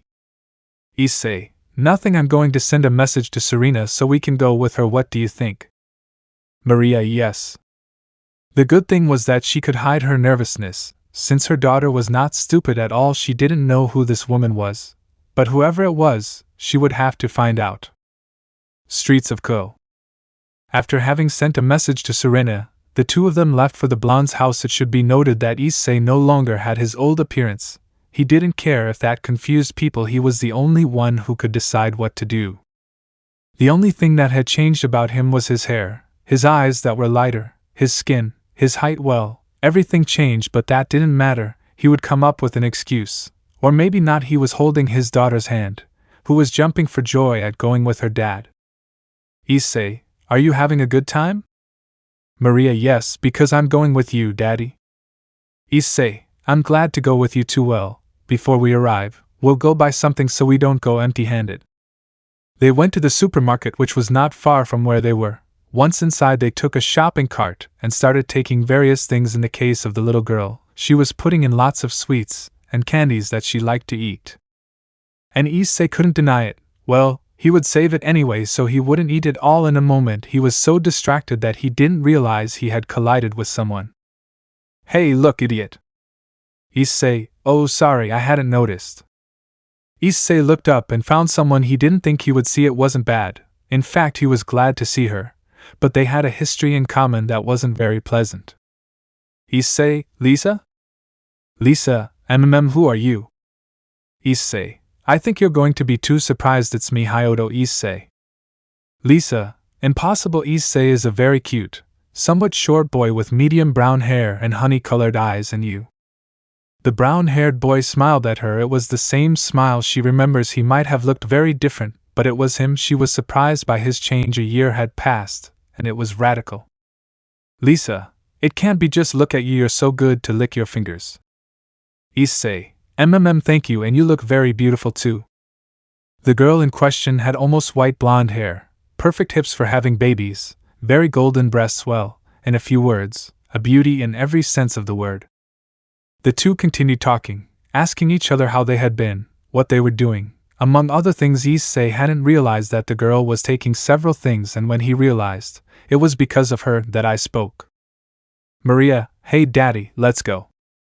That shocked Lisa, who saw the girl who looked familiar to her as if she had seen her a long time ago. As for the girl, she stared at her for a long time until she said something that surprised her. Maria, and Lisa. Lisa, huh? Maria had thrown herself at her and hugged her, something she had unconsciously accepted. The girl hugged her tightly, but she did nothing to separate her. Lisa, Issei? Issei, let's pay, and from there we'll go to a safe place to talk. Lisa, okay. After paying for everything, they left in Lisa's car that she had brought for shopping. They got in and started it to go straight to Serena's house. Issei only asked that the girl understood the first time. He hates having to repeat twice. Underworld. Lucifer Castle. Meeting room. Things for all the factions that were part of the Alliance were not the best since the lies of the ex-pillar of the Alliance were discovered. The citizens have become somewhat rebellious against their leaders, but there was everything between the leaders of each faction. Zeus, for example, was still upset by the humiliation that the daughter of that brat had given him, and he wanted revenge. No one had dared to humiliate him, much less an inferior being as he calls him. On the demon side, it was about how to get Issei to enter their ranks, but they had to be careful because he had shown great power and use of it. They were demons after all, and it was in their nature to want strong people among their ranks. The fallen angels were another point. They were evil beings, but also neutral. Azazel, although he saw a way to make an alliance with the boy, it was only to avoid having problems with him. He was to a certain extent more sensitive in that, and the angels thought about that too. The Yukai were, so to speak, the closest to having a relationship with him, since Issei himself had declared that he belonged or was an ally of the Shintoists, and they, belonging to that pantheon, were almost the same thing. As for the Nordics, well, that was a different matter. Odin never messed with the boy, so there wasn't that much of a problem. Sershei, we were wrong, but as humans say, we are not perfect in everything. Ha ha ha, it is humiliating that a demon has been deceived. Azazel, you can say that again, but what are you planning to do, Sershei? Sershei, we will try to reach him. We want to have a good relationship with him, and his daughters, the elders of the council, also long for that.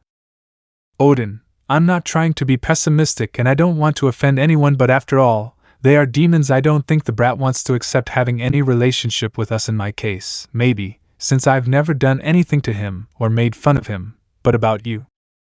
Seraphal, Odin Dano may be right, but there must be something he wants besides. We want him to join in a friendly way. It was time to analyze things. They could not be carried away by their personal desires. Not at the moment. They had to try to start a relationship, even if it was professional, and over time gain their trust. Yasaka, Well, as far as I'm concerned, we yokai are the closest to being able to have contact with him. We belong to the Shinto faction, and he being his ally is also ours. Zeus. I doubt that. Just think, we treat him like insignificant trash, which in my eyes he is. He may have defeated Amaterasu, but it's not a big deal. Azazel. I don't think that maybe you didn't notice, but I could see how his power was increasing every moment, and in fact he was holding back. Zeus. Well, if that's the case, then if the boy doesn't agree to join us, it would be better to eliminate him so that he won't be a problem in the future, just like that brat. Everyone knew why he said it. He felt humiliated by that, and they knew that he would not rest until he could prove his superiority. That was how the gods were. They were selfish and proud. They could even be compared to the demons. Odin. Stop talking nonsense, Zeus. You know that if you touch that girl, the brat will not stay calm. After all, she is his daughter. Zeus. I understand what you're saying, but I'm not interested. Michael. Maybe it sounds hypocritical of me, but remember that girl is my niece. I don't know how deep the issue is about her, but she is my family, so avoid having problems. Zeus. Is it a threatening dove? Michael. No, it's just a warning. The god of lightning had better stay silent. He knew he couldn't fight the seraph. After all, he was almost on the same level as the Crimson Mao. Azazel. Well, and how is the matter with Hyodo Daiki going? Sershei. Well, as everyone already knows from the broadcast that took place, we are working on it, and we will see what we will do with him in the meantime. None of the girls want to be close to him, it's just that there are some problems. Then everyone turned to where Yasaka was, who had her eyes downcast and her face could be seen to be sad, as she revealed something that at some point she was proud of, but now it's something that makes her sick, that she wants to tear it out of her skin, the mark of the sector UDI. Everyone quickly understood what they were referring to. Sershei, as you can see, several girls carried that mark, since they had completed the act, and well, some of them are not very well, so to speak. Michael. Only some were lucky. It's a shame. Have they already found a way to remove it? Azazel. Well, I had spoken with Tannen, and here is something very interesting. Yes, it can be removed, but it is somewhat difficult, and that is when the love is pure and sincere on the part of the male, which is clearly not the case, and if he refuses, then we would have to extract the boosted gear or kill him. The place was silent after what they heard. Things were getting difficult for everyone. The girls who had slept with Daiki were very bad and felt dirty, and as for the leadership, they were just trying to find a way to solve everything. Unknown location. Rizevim's lair. The plans he had for the entire supernatural world were being developed cautiously, since although it will be difficult for him to admit it, there were beings that could ruin everything established. Rizevim mentally. I couldn't fulfill my goal in my world, and they killed myself from this. I acquired more power and abilities, but I still have more to do to be able to start with everything. At his side was his faithful servant, who was nothing more than a dog under his service, Euclid, who, unlike him, did belong to this world. It was strange how everything turned out, but he felt satisfied, and even more so for the allies he has been getting. Rizevim. Well, Euclid, we have been making various plans for a year now. Now what we will do is the following: next month, we will attack the underworld, since there is something there that we need for everything to go smoothly. Euclid. If it's not too much trouble, what do you need? Rizevim. Well, what we need is the city of Agrias. You will go with that guy. In the meantime, prepare yourselves, because I assure you that it will not be easy at all. Euclid. Okay, then I'll get ready. Gather a part of the army that has been created. Rizevim. Yes, remember that it doesn't matter if you lose some of those insects, as long as they serve as a distraction. Everything will be fine. The objective is clear. The city of Agrias. If they can kill a leader there, it would be a bonus. Euclid agreed and left to start preparing everything. They couldn't afford to be overconfident. They already did it in the past. It couldn't happen again. There was only one thing missing, and that was trying to convince Hyodo Issei he may have killed his other self. Although if he refuses, he would have to find a way to eliminate him and obtain his power, although he already had an idea. Rizevim mentally. I just have to play my cards right. In the meantime, I have to start recruiting them, but anything for the sake of destruction. There was no shortage of madness and evil in that place. Things were about to start getting ugly. Everyone felt it, and had to be ready for it. S1 Chapter 7. Co City. Gremery Mansion. The atmosphere in the mansion was one of loneliness, sadness, hopelessness, and frustration. They had been humiliated, abused, and seen as mere pieces of meat by a man they believed was the one to share their lives with, but the truth hurts, and their hearts felt broken. Each of the girls who were in love with Daiki felt a great emptiness in their hearts. They realized that they weren't in love with him, it was just attraction and liking. They liked him because he was handsome, considerate, kind, a facade that hid who he really was, a piece of trash that only looks out for himself, and that's how they felt, pieces of trash. For a long time they had wanted to find love, one where their surnames, body, beauty, or wealth did not matter, someone who would accept them as they are, with their emotional problems, with everything. But when they thought they had found it, everything went adrift. Rias, it was all a lie, a damn lie. I hate you, Daiki. His parents were not very happy. They wanted to kill him, but they couldn't, since he had the support of the council, so their commitments with him, or well, those belonging to the demonic faction, were not revoked. They were trying to find a way to make it null. Rias, who am I kidding? It was all my fault for falling for the lies of someone like him. It's my fault that everyone is suffering. You are not to blame. Rias, of course I was the one who got them involved in this, Penemu-sama. Penemu, I am older than you. I am aware of what I do. I just let myself be carried away by nice words and dreams that I thought I could achieve. The group had entered after hearing what the red-haired girl was talking about, and it was true. It wasn't her fault as such. Since everyone could decide whether to do things or not, they continued talking, while they were heard by someone in the darkness who smiled maliciously. On the other hand, in one of the many other rooms, Valeria, Rin, and Irina were concentrated. Their advances to get closer to Issei had not been bad at all, but they were very frequent. Maybe anyone would think that they want to take things quickly. The three of them had the same reasons. Despite being different races, one was a demon, and the last thing she wanted was to waste time. The other was a possessor of a dragon-type sacred gear, and her instincts were demanding her to know why they weren't with their mate yet, and the last one was an angel, a capricious one. Since it was possible to modify the system of heaven, there are certain emotions that angels can have. Irina, this is getting complicated.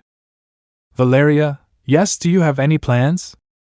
Irina, well, one like that may be, but I don't know if they like it. Rin, say it. Irina, oh well, I think the best thing would be to talk to him directly and explain to him.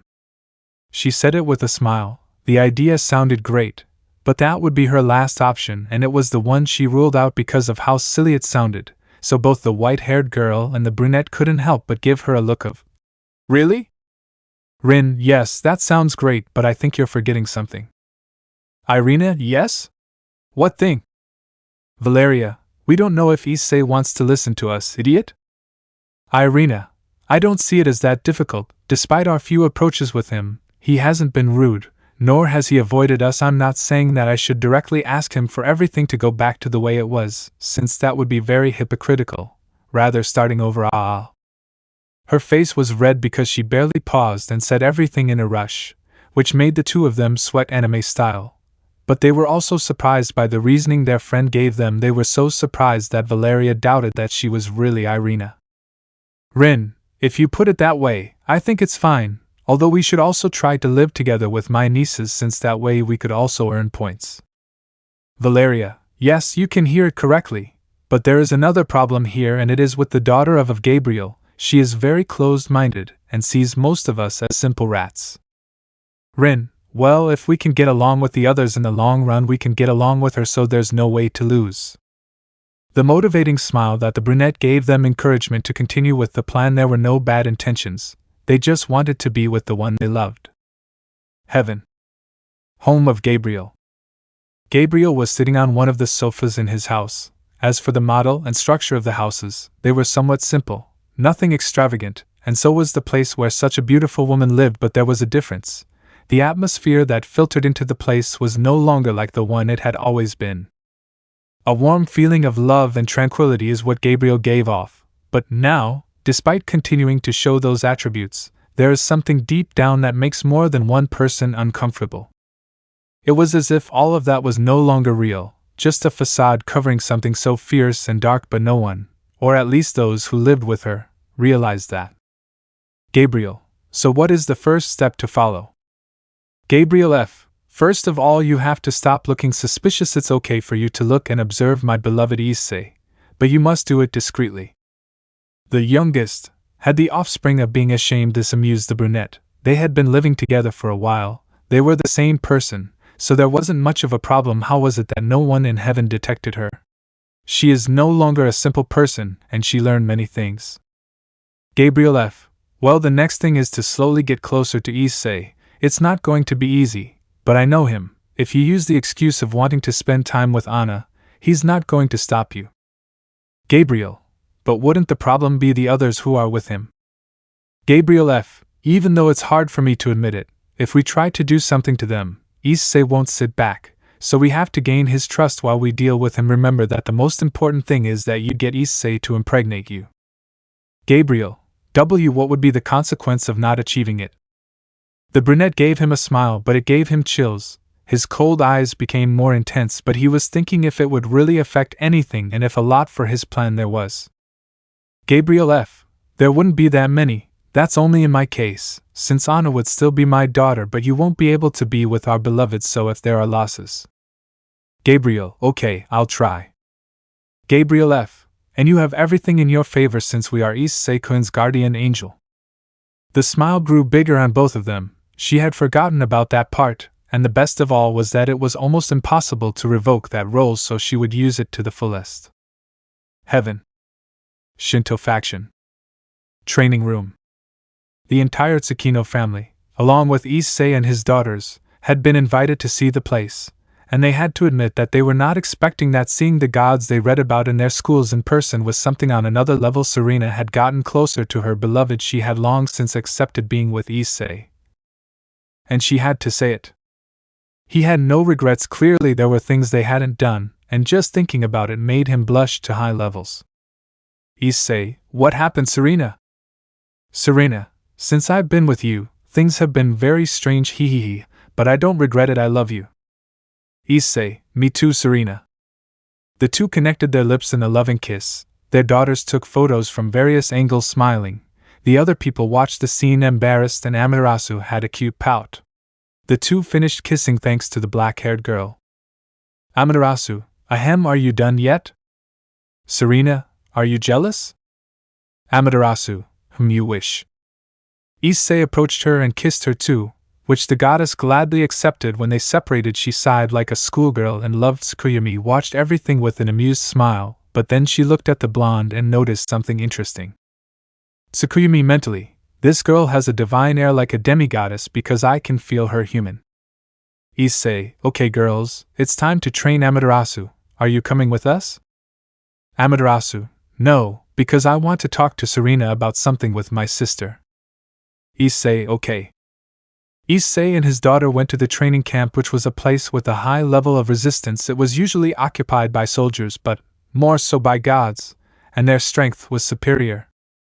The god Izanagi, the leader and one of the 10 most powerful beings in the supernatural world, was someone to be feared thanks to his abilities and power. He was in charge of making the places built indestructible. And their children were not far behind. Tsukuyumi, Susanoo and Amaterasu were very powerful beings, only below their father and mother, the strongest being the black-haired one. That's why the places were so resistant. Issei, wow, this place is great, but it will barely withstand my power. Lucy, hey dad, I want to know something.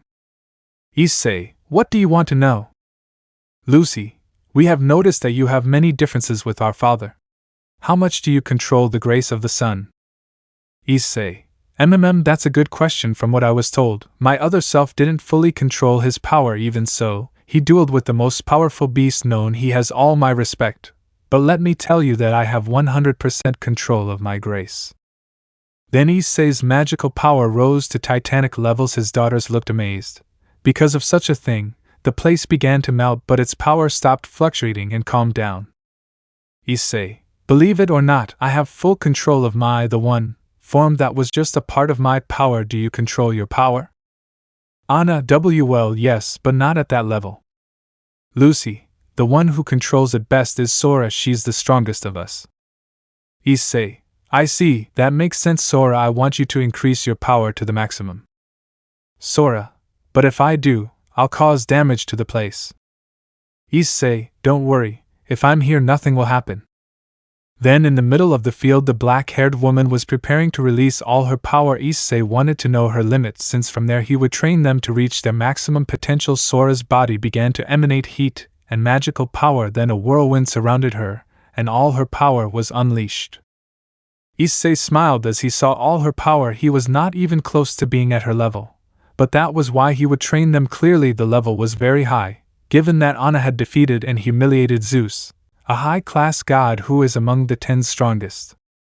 Their aura dropped, and suddenly the place completely broke, implying that they were in a different dimension. Sora, so what did you think, Dad? Issei, you are very strong. I would dare to say that you are as strong as a super demon, and that is already something. Maria, hey Daddy, I want one too. Issei, really? The girl affirmed firmly. Truth be told, Issei saw a lot of potential in her, but she was still little, so he didn't expect much at the moment, but he was very wrong. Since in an instant the girl's aura came out, totally surprising him. It was very strong, clearly nothing alarming, but he could tell that she was even stronger than a young demon like Rias or Sona. She could even compete with the current ones, since he met them until now they have become stronger. Some time later, after having trained for a good while, the Hyodo family had decided to go to rest. The daughters were talking since they had proposed to have a sleepover for the women, but it would be at night, and it was still afternoon. Meanwhile Issei, along with Susanoo, Izanagi and Mr. Tsukino, who was still self-conscious about the situation, were drinking and enjoying the atmosphere. Susanoo, oh now that's like being able to drink some sake and breathe the fresh air. Issei, you bet I would never have imagined this was possible. Before the war was very stressful, as many lives were lost thanks to those bastards. Mr. Tsukino, that's true. I'd like to know how all that happened. It sounds really interesting. Issei, despite being someone very proud, that doesn't mean that I don't have feelings or regret, and let me tell you that it's hard for me to want to remember that whole event. The only thing I can tell you is that when I fight against the evil dragons, my anger will increase when I see the angels and other dead citizens. Izanagi, this always happens in wars. People are always lost and it is sad. Even though you are a god, I can assure you sometimes it is because of the whim of the gods who believe that we are the strongest, our arrogance and pride. Issei started laughing at that. It was so ironic. The other 3 just looked at him with doubt until he stopped laughing. He stood up. Issei, I am pride itself. No one else is, and if it is necessary to subdue them all, so be it. I will put an end to this cycle. Susanoo, wars are inevitable, but I understand what you mean. Things were going in a different direction than what history had described, but Issei knew that it could be for better or worse. He didn't care, since he is the only one who decides.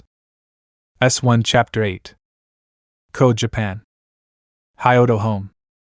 Another day I arrived at this very peculiar city, host to various events that were anything but normal. An example of this was that on one occasion the city would be destroyed without the inhabitants of that place noticing. Face to face them saw a very handsome boy with long hair and golden eyes, along with a girl with white hair.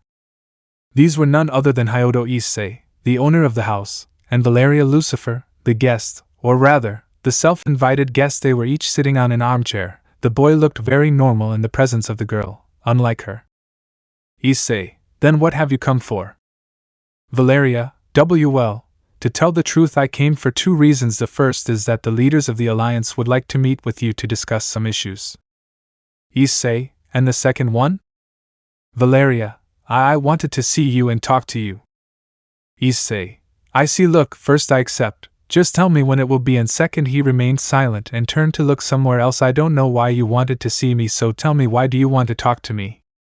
Valeria, well, I had an answer but I didn't know how to start, but I gathered courage, and to tell the truth, I've wanted to do it for a while now, but I feel very hypocritical for trying. Even so, I think we all deserve a second chance. Issei, well, that's true, but a second chance for what? As far as I remember we were never a couple, not even friends, so tell me, chance for what? His tone was totally serious. He knows why she was like that. A girl who suffered even worse things than him, and created a barrier so that no one would see her fragile. Since she was little she had to run away from home, leaving behind the only person who loved her, being her mother, the helplessness of seeing how her father beat her, and of not being able to do anything. And finally, the grandfather he had, a literal demon, so from as long as he could remember, until he began to grow up and see the world in reality, his perspective changed and a new motto was born. Without power you are nothing. A very realistic phrase in the supernatural world where there are beings that are capable of unimaginable things, only that her facade became her true personality without knowing that it would affect her a lot, and Issei knew that, and he wasn't going to lie that he was interested in her. Even so, he wouldn't give her a chance easily. But he wanted her to give him the answer he expected. Valeria, I know that saying that I want us to go back to the way we were before is silly, because we never had a relationship like that. She closed her eyes while blushing deeply, but I'm very interested in you. I don't know if it's love, but I want to be with you even though I know it will be difficult. At least we can start as friends, how about that? Issei, he stood up and turned his back on her, although it was in a different way, he could see through her, and it was the answer he wanted. I don't assure you anything, even so we wouldn't be friends, that's not possible. Since you have romantic intentions towards me, the girl lowered her head, but the answer the brown-haired boy gave her made her happy, so let's leave it at suitor. But that doesn't mean that you've already won my love. Well, if that's all, I have things to do. Valeria agreed and left happy for the answer of her now almost something, although of course she had a long way to go to be able to reach his heart. She hoped to be his friend for the moment, but it was true, she sees him as anything but a friend, and she didn't want to be just his friend. Issei was walking towards the kitchen where his daughters were with their arms crossed, implying that they were upset. The boy watched them and walked outside, being followed by them. When his daughter Anna arrived at the patio, she created a sun and sent it to him, which went straight towards him without moving a single millimeter. Anna, why? Issei didn't answer, he just looked at her. Why do you accept a person who hurt you so much? Sora and Lucy remained silent. They were upset, but they wanted answers from their father, so they would wait for him to deign to speak. Issei, why not? In the first place, she never spoke ill of me as such. In fact, she ignored me. She never saw my brother as a possible partner. Her daughters opened their eyes in disbelief. It seems that in the future she did marry him. But things changed when she received the grace before the original line. Now they understood, and to be honest, she interests me, and I truly interest her. I think you saw it, didn't you, Anna? The green-eyed blonde remained silent. She was just expressing what she felt from her old timeline, where her father was despised beyond belief and he was never given the recognition he deserved, where she didn't have time to train to master her power since she dedicated herself to them, and it was the cause of her death against that monster. Issei approached her and hugged her as only a father can, even if she was his daughter from the future. Feeling it, she couldn't take it anymore and hugged him tightly, finally letting off steam through crying, to which the brown-haired boy hugged her tighter. Feeling his daughter's tears in an instant, she turned back when she felt the look but found nothing. In the distance, Gabriel from the future saw everything while tears fell from her eyes when she saw her daughter cry, and her eyes were totally empty, hurting her more and making her more unstable, but she tried to compose herself quickly and began to fly away from the place. Why did she get there in the first place? Her maternal instincts totally attracted her, even after years of not having seen her, and with her mind shattered she could not ignore those hunches. Underworld Lilith. Meeting room. They were just waiting for the guest of honor, since the members of the Alliance were present, from the demons to the new participants who were the Shinto pantheon that had as representatives the god Izanagi and Amaterasu. The god Zeus looked impatient and annoyed. Proof of this was the aura he was releasing. Izanagi, Zeus Dano would recommend that I calm down a bit. He will soon arrive with my granddaughters. Although he was calm, he also took out part of his power to back up his words. Zeus, tch, I know. Serena, well, before he arrives I would like to ask you a question. Amaterasu Dano, she sighed tiredly and acknowledged. Thank you. The question is, how did Issei-kun get that power? Amaterasu, if I told you how he did it I would be lying to you, since I do not have the knowledge of that. Some people were dissatisfied with what he said, but they could not do anything else. Even so, he is very powerful. I do not know how much it is, since I have never seen him use all his power, but if my assumptions are not wrong, he is stronger than all of us in this room. There everyone was totally surprised. The gravity of his words was such that he angered not only Zeus, but also most of them except for Azazel, Odin. Yasaka, who were so to speak the weakest, and also Michael, but for the others that had been an offense. Of course, Izanagi already knew that since he had seen a bit of his power, and that in his base state. The seraph Gabriel saw everything with her typical look and a nervous smile because of the environment, but inside she had a bigger smile since she did know about Issei's power, and how he obtained it. The aura they were giving off was overshadowed by another that came from the boy they were waiting for, who had a stoic face, and while his eyes had turned into burning fire. Accompanying him were his 4 daughters, in addition to Serena, but the latter looked strange since she was wearing a long white dress and a kind of crown, in addition to the aura she gave off that was very similar to that of the sister of the god Apollo, but at the same time larger. Issei, who had calmed down upon feeling the brown-haired boy's power, spoke. "We were waiting for you, Issei-kun. You took too long." "Issei, let's say I had things to do," he said as he created a throne of fire where he sat with Serena, while Amaterasu made a cute pout of jealousy, as did some girls, especially Gabriel. "But anyway, Lucifer, tell me, what do you want?" "Zeus, speak with more respect, brat." He spoke calmly, but you could see his anger, especially when he saw the girl who had humiliated him. Issei saw the god, and for the first time that he had paid attention to him, he realized what he was like. A young-looking man with blonde hair and clothes that only a Greek god could wear, and he was really handsome. Even during the time that he had seen him, he never really paid attention to him. Next to Zeus were 2 people, a man dressed elegantly, with black hair and eyes of a striking color, as well as the different tattoos on his face and smile. It was Hermes, the messenger god, and the other was a very handsome man with blue hair and dressed in golden armor, and had a trident.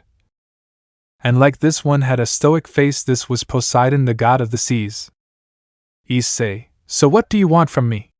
Totally ignoring the god, who got upset but did nothing. "Issei, well, there are several reasons," Issei acknowledged, so he continued talking. "As you know, a few weeks ago we signed an alliance with the Shinto pantheon, and we wanted to know if, like you are allied with them. Would you like to ally with us?"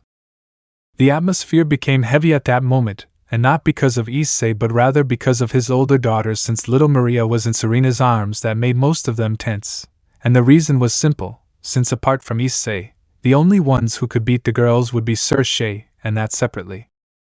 It might seem exaggerated, in fact Issei was a little impressed when measuring the power level of each one. Both Lucy and Anna were already in the top 10 at the level of Izanagi, Hades, Michael and Typhon. As for Sora, she was another matter, since she was at the level of the 2 super demons. In their words, it was because of their great potential, and also because they trained from a very young age. Now he wondered what the level of his daughters would be in this timeline. But back to the moment, Issei sighed and made them calm down. The others calmed down. It should be noted that neither Izanagi, Amaterasu or Gabriel were being affected by the girl's power. "Issei, it doesn't sound bad, but tell me, what do I gain?" That left everyone silent, and Poseidon, who remained silent, smiled because he liked that boy. "Zeus, don't you think you're being too arrogant, brat?" "Issei, not in the least. You gain a lot if I become your ally. But what will I gain from you?" At that, Zeus got upset and stood up to face him, but in front of him was Anna. Poseidon. He decided to speak because his brother was running out of patience, so he hit the ground with his trident. "That's enough, Zeus. Rest assured that I will not intervene to save you in case that girl beats you up." "Azazel, I think we should calm down," said the fallen angel, who sighed due to the heavy atmosphere that was being generated in the place. "Look, boy, what we can assure you is that you will not be our soldier. We do not want you to feel like a tool, only that if we need support at any time you can do it." "Odin, in my case, boy, I don't think I ever made fun of you or treated you badly." Issei nodded at that with an imperceptible smile that only Odin noticed. "I assure you that I don't want to take advantage of you. We are all very powerful, but sometimes there are dangers beyond our imagination that we can't solve with just us." Issei, "Okay, it seems fair to me, but I repeat, I still don't win much." I look at Zeus, who was already calm but still looked upset. "I know what I want. I was planning to do it on my own, but taking advantage I want in favor of each one of you that I will use whenever I want." They all ended up accepting, some reluctantly, but they couldn't do anything. They continued with some topics of utmost importance, such as the mobilization of a new group that was beginning to cause havoc in some mythologies, and it was said that they were more powerful Clifftop, as well as Issei sharing about the encounter he had with Euclid that surprised Issei. The 4 girls from the future listened to all this and didn't know if they should share the information they had. After all, things had changed, and it could be that it wasn't Rizevim like in their timeline. It was confusing for different reasons. Since what was happening didn't happen until years later, they turned to look at their father, and he agreed at them. Sora, if you'll allow me to speak, I could tell you who it might be. Seraphal, okay, tell us, Sora-chan. Even though her tone was serious, you couldn't help but hear the way she said it funny, which made Issei almost laugh, being noticed by her. Sora, well, as you know, we come from the future. The thing is that there were many changes, but this was not due to our intervention since our timeline was destroyed. Azazel, she was quickly written just like a Juka who had arrived not long ago. Okay, then the fact that your timeline has been destroyed means that you are external agents, right? A Juka, but would that make sense? I asked, very interested in the subject. I mean, the fact that your timeline was destroyed, you should have been destroyed as well unless… Anna, exactly. Everyone turned to look at her, but she remained calm. You two are very intelligent. It's the only good thing you have that hurt them, but they didn't say anything. That's how it is, so that we wouldn't be erased from existence. We would have to come to the past and get our parents to engender us. Gabriel's gaze lit up as he saw his daughter somewhat guilty, but she looked away, or as it is in our case, that another entity would make us exempt from existential erasure due to the disappearance of our time. The idea was not so crazy for the Greek gods, since thanks to the Sisters of Time and their father Cronus, they knew more or less the laws of dimensions and the universe itself, but it was still a taboo, which was broken by an extremely powerful entity. However, that was not the end of the story. Who was that entity? Of course, it had to be someone superior to everyone in the universe, unless it was the goddess of time and dimensions, except that she would be a legend even though there are literally representations of her on this plane of the universe. Sora, well, we're getting a little off topic, but what I mean is that in our time something similar happened, only years after the battle against the Triaxa that really surprised everyone. Don't be surprised, I'm not the one to say it, but the cause of the change is basically because of my father and his power. Yasaka, because it would be Issei's fault and his power, she asked interestedly, looking at Issei longingly. Sora, because what is happening at this time must have happened years later when my father awakened this power, and awakening it before changed the course of history, so we cannot know exactly what will happen. That was where they understood everything. The culprit was Issei, but it seemed that it was even for the best, because if the same thing had happened, they would have the same result as hers. But if my guesses do not fail, it may be Rizevim back, but not the one from this time. S1 Chapter 9. Underworld. Lilith. Meeting room. Everyone remained silent at the revelation given by the daughter of Issei and the goddess Amaterasu. Rizevim Levan, Lucifer, a very uncommon devil, born from the original Lucifer, and Lilith, the first woman, talent and potential as well as power, being the first super demon of the demonic world, of being at the level of the gods, even superior to many. Although he was still inferior to Issei, the latter still had a super intelligence superior to that of Ajuka, who had a high IQ, someone very cunning and cowardly. An old enemy who was believed to be dead, Valeria, had her eyes open at the thought that the being she hated the most was still alive. Besides her, there were several reactions. Even Gabriel was surprised by the news. The other leaders made faces upon hearing that, and in Issei's case, he didn't look surprised at all, given that he already knew and he wasn't interested in the slightest either. Serena, who was sitting on her lap, just leaned back on the chest of the brown-haired boy under the gaze of Zeus. To him, she was strange, as if he had already seen her at some point in the past. When she realized this, she looked directly at the god, who was a little intimidated. Poseidon, despite being surprised, did not show it. Sir Issei, that is already a serious problem, and even more so if he comes from another time. Who knows what he is preparing? His face was serious as he thought. Anna, it's simple. Everyone turned to look at her, but she didn't get nervous. To obtain the power of the Triaxa at that time, other mythologies were united. Since the power of the beast was superior, I would say that it was even more powerful than what was described. Azazel, how much? He asked, already nervous. Lucy, only my father could defeat him with all his power. But at that moment she lowered her head just like her sisters. He died from the excessive power that he could not control. At that moment everyone understood many things and more the reason why they were at this time. Many turned to see Issei, who had a carefree face as if that didn't matter to him, although in the case of those who knew him they knew what was more or less going through his mind. Issei, my other self may have died, but in my case I know how to control all my power. That calmed the girls interested in him a little and attracted the attention of the leaders. How powerful was Issei? What was his limit? How did he get his power? There were many things they wanted to know, but they knew that he would not speak lightly. Sora, there's a 90% chance that history will change, so it could be for the better or that, or as if saying there's another option made everyone tense for the worse. It was evident that by changing the timeline of a universe anything could happen, from events that never happened, bad or good events. There may even be something more dangerous than Triaxa himself in this timeline, something that Issei, in the eyes of everyone, did not take into account. It was as if he was sure that he could overcome whatever came. It was a great confidence that was noticeable since he was not tense, nor did he look worried like the others. He knew that no one, at least in this universe, was stronger than him. Zeus looked at him angrily, and Poseidon was interested in him. They were similar. Since he really didn't care about many things and was very disinterested when someone or something was not a big deal, which meant that. Poseidon, young Issei, let me ask you a question. The god spoke, looking into the boy's eyes, something that he himself reciprocated. Something that really impressed those who noticed that since the god Poseidon had turned his gaze towards someone, he was someone selfless and a little arrogant, but this was backed by his immense power. After all, he was one of the 10 most powerful beings in the world. A high-class god. There were only a few who would dare to fight him. Even Zeus and Hades would hesitate to face him.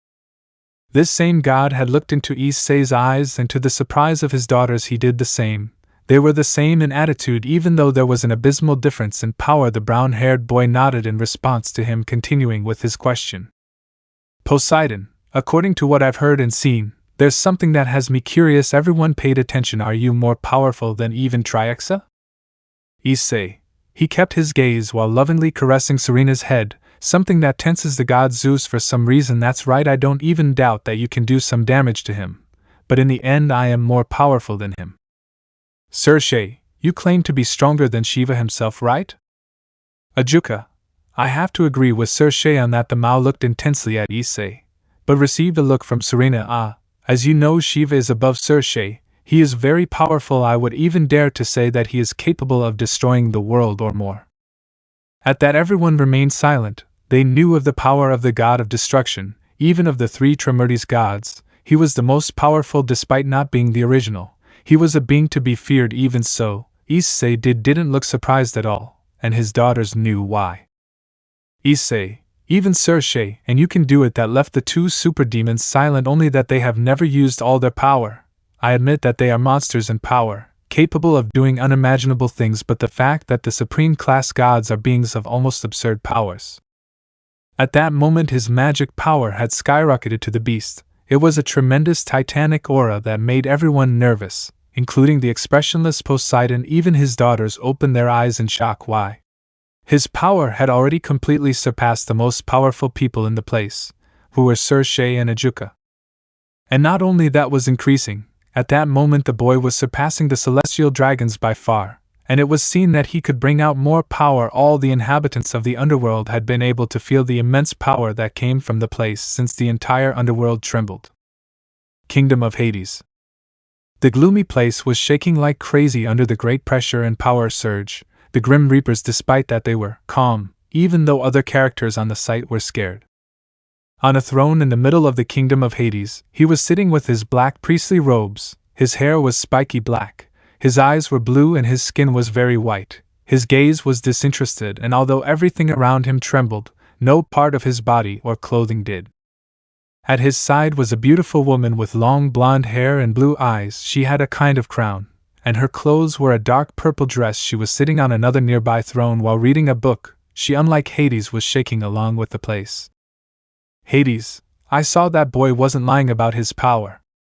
Persephone, if you were so curious about him, why didn't you go?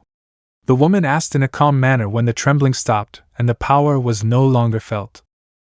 Hades, because I don't like being with demons. Besides, it was Poseidon, so I have nothing to worry about. Even so, I don't think I'm the only one interested in him. He turned to see his wife, who gave him a smile, but I don't think he's that interested in other gods. His goal is others, and I noticed that when he fought against Amaterasu. Persephone, so his interest is in the gods, that's what you mean, right? Hades agreed. Then it goes without saying that Apollo will have to face him. Hades, not only him, Surya, Are, Luf, Suna, Yendi among others. At least Are and Luf are the strongest in the world. Even Shiva would hesitate to face them. He remained silent, trying to decipher many things. I don't know what this boy is up to. I admit that he is powerful, but I don't know how much for the moment. I will keep myself informed. Back at the meeting, everyone was impressed as his power flowed normally and effortlessly. Suddenly he stopped emanating such power, but everyone was silent by such a demonstration. The boy, however, continued with his expressionless face without caring about anything. Issei, I assure you that this is not my full power.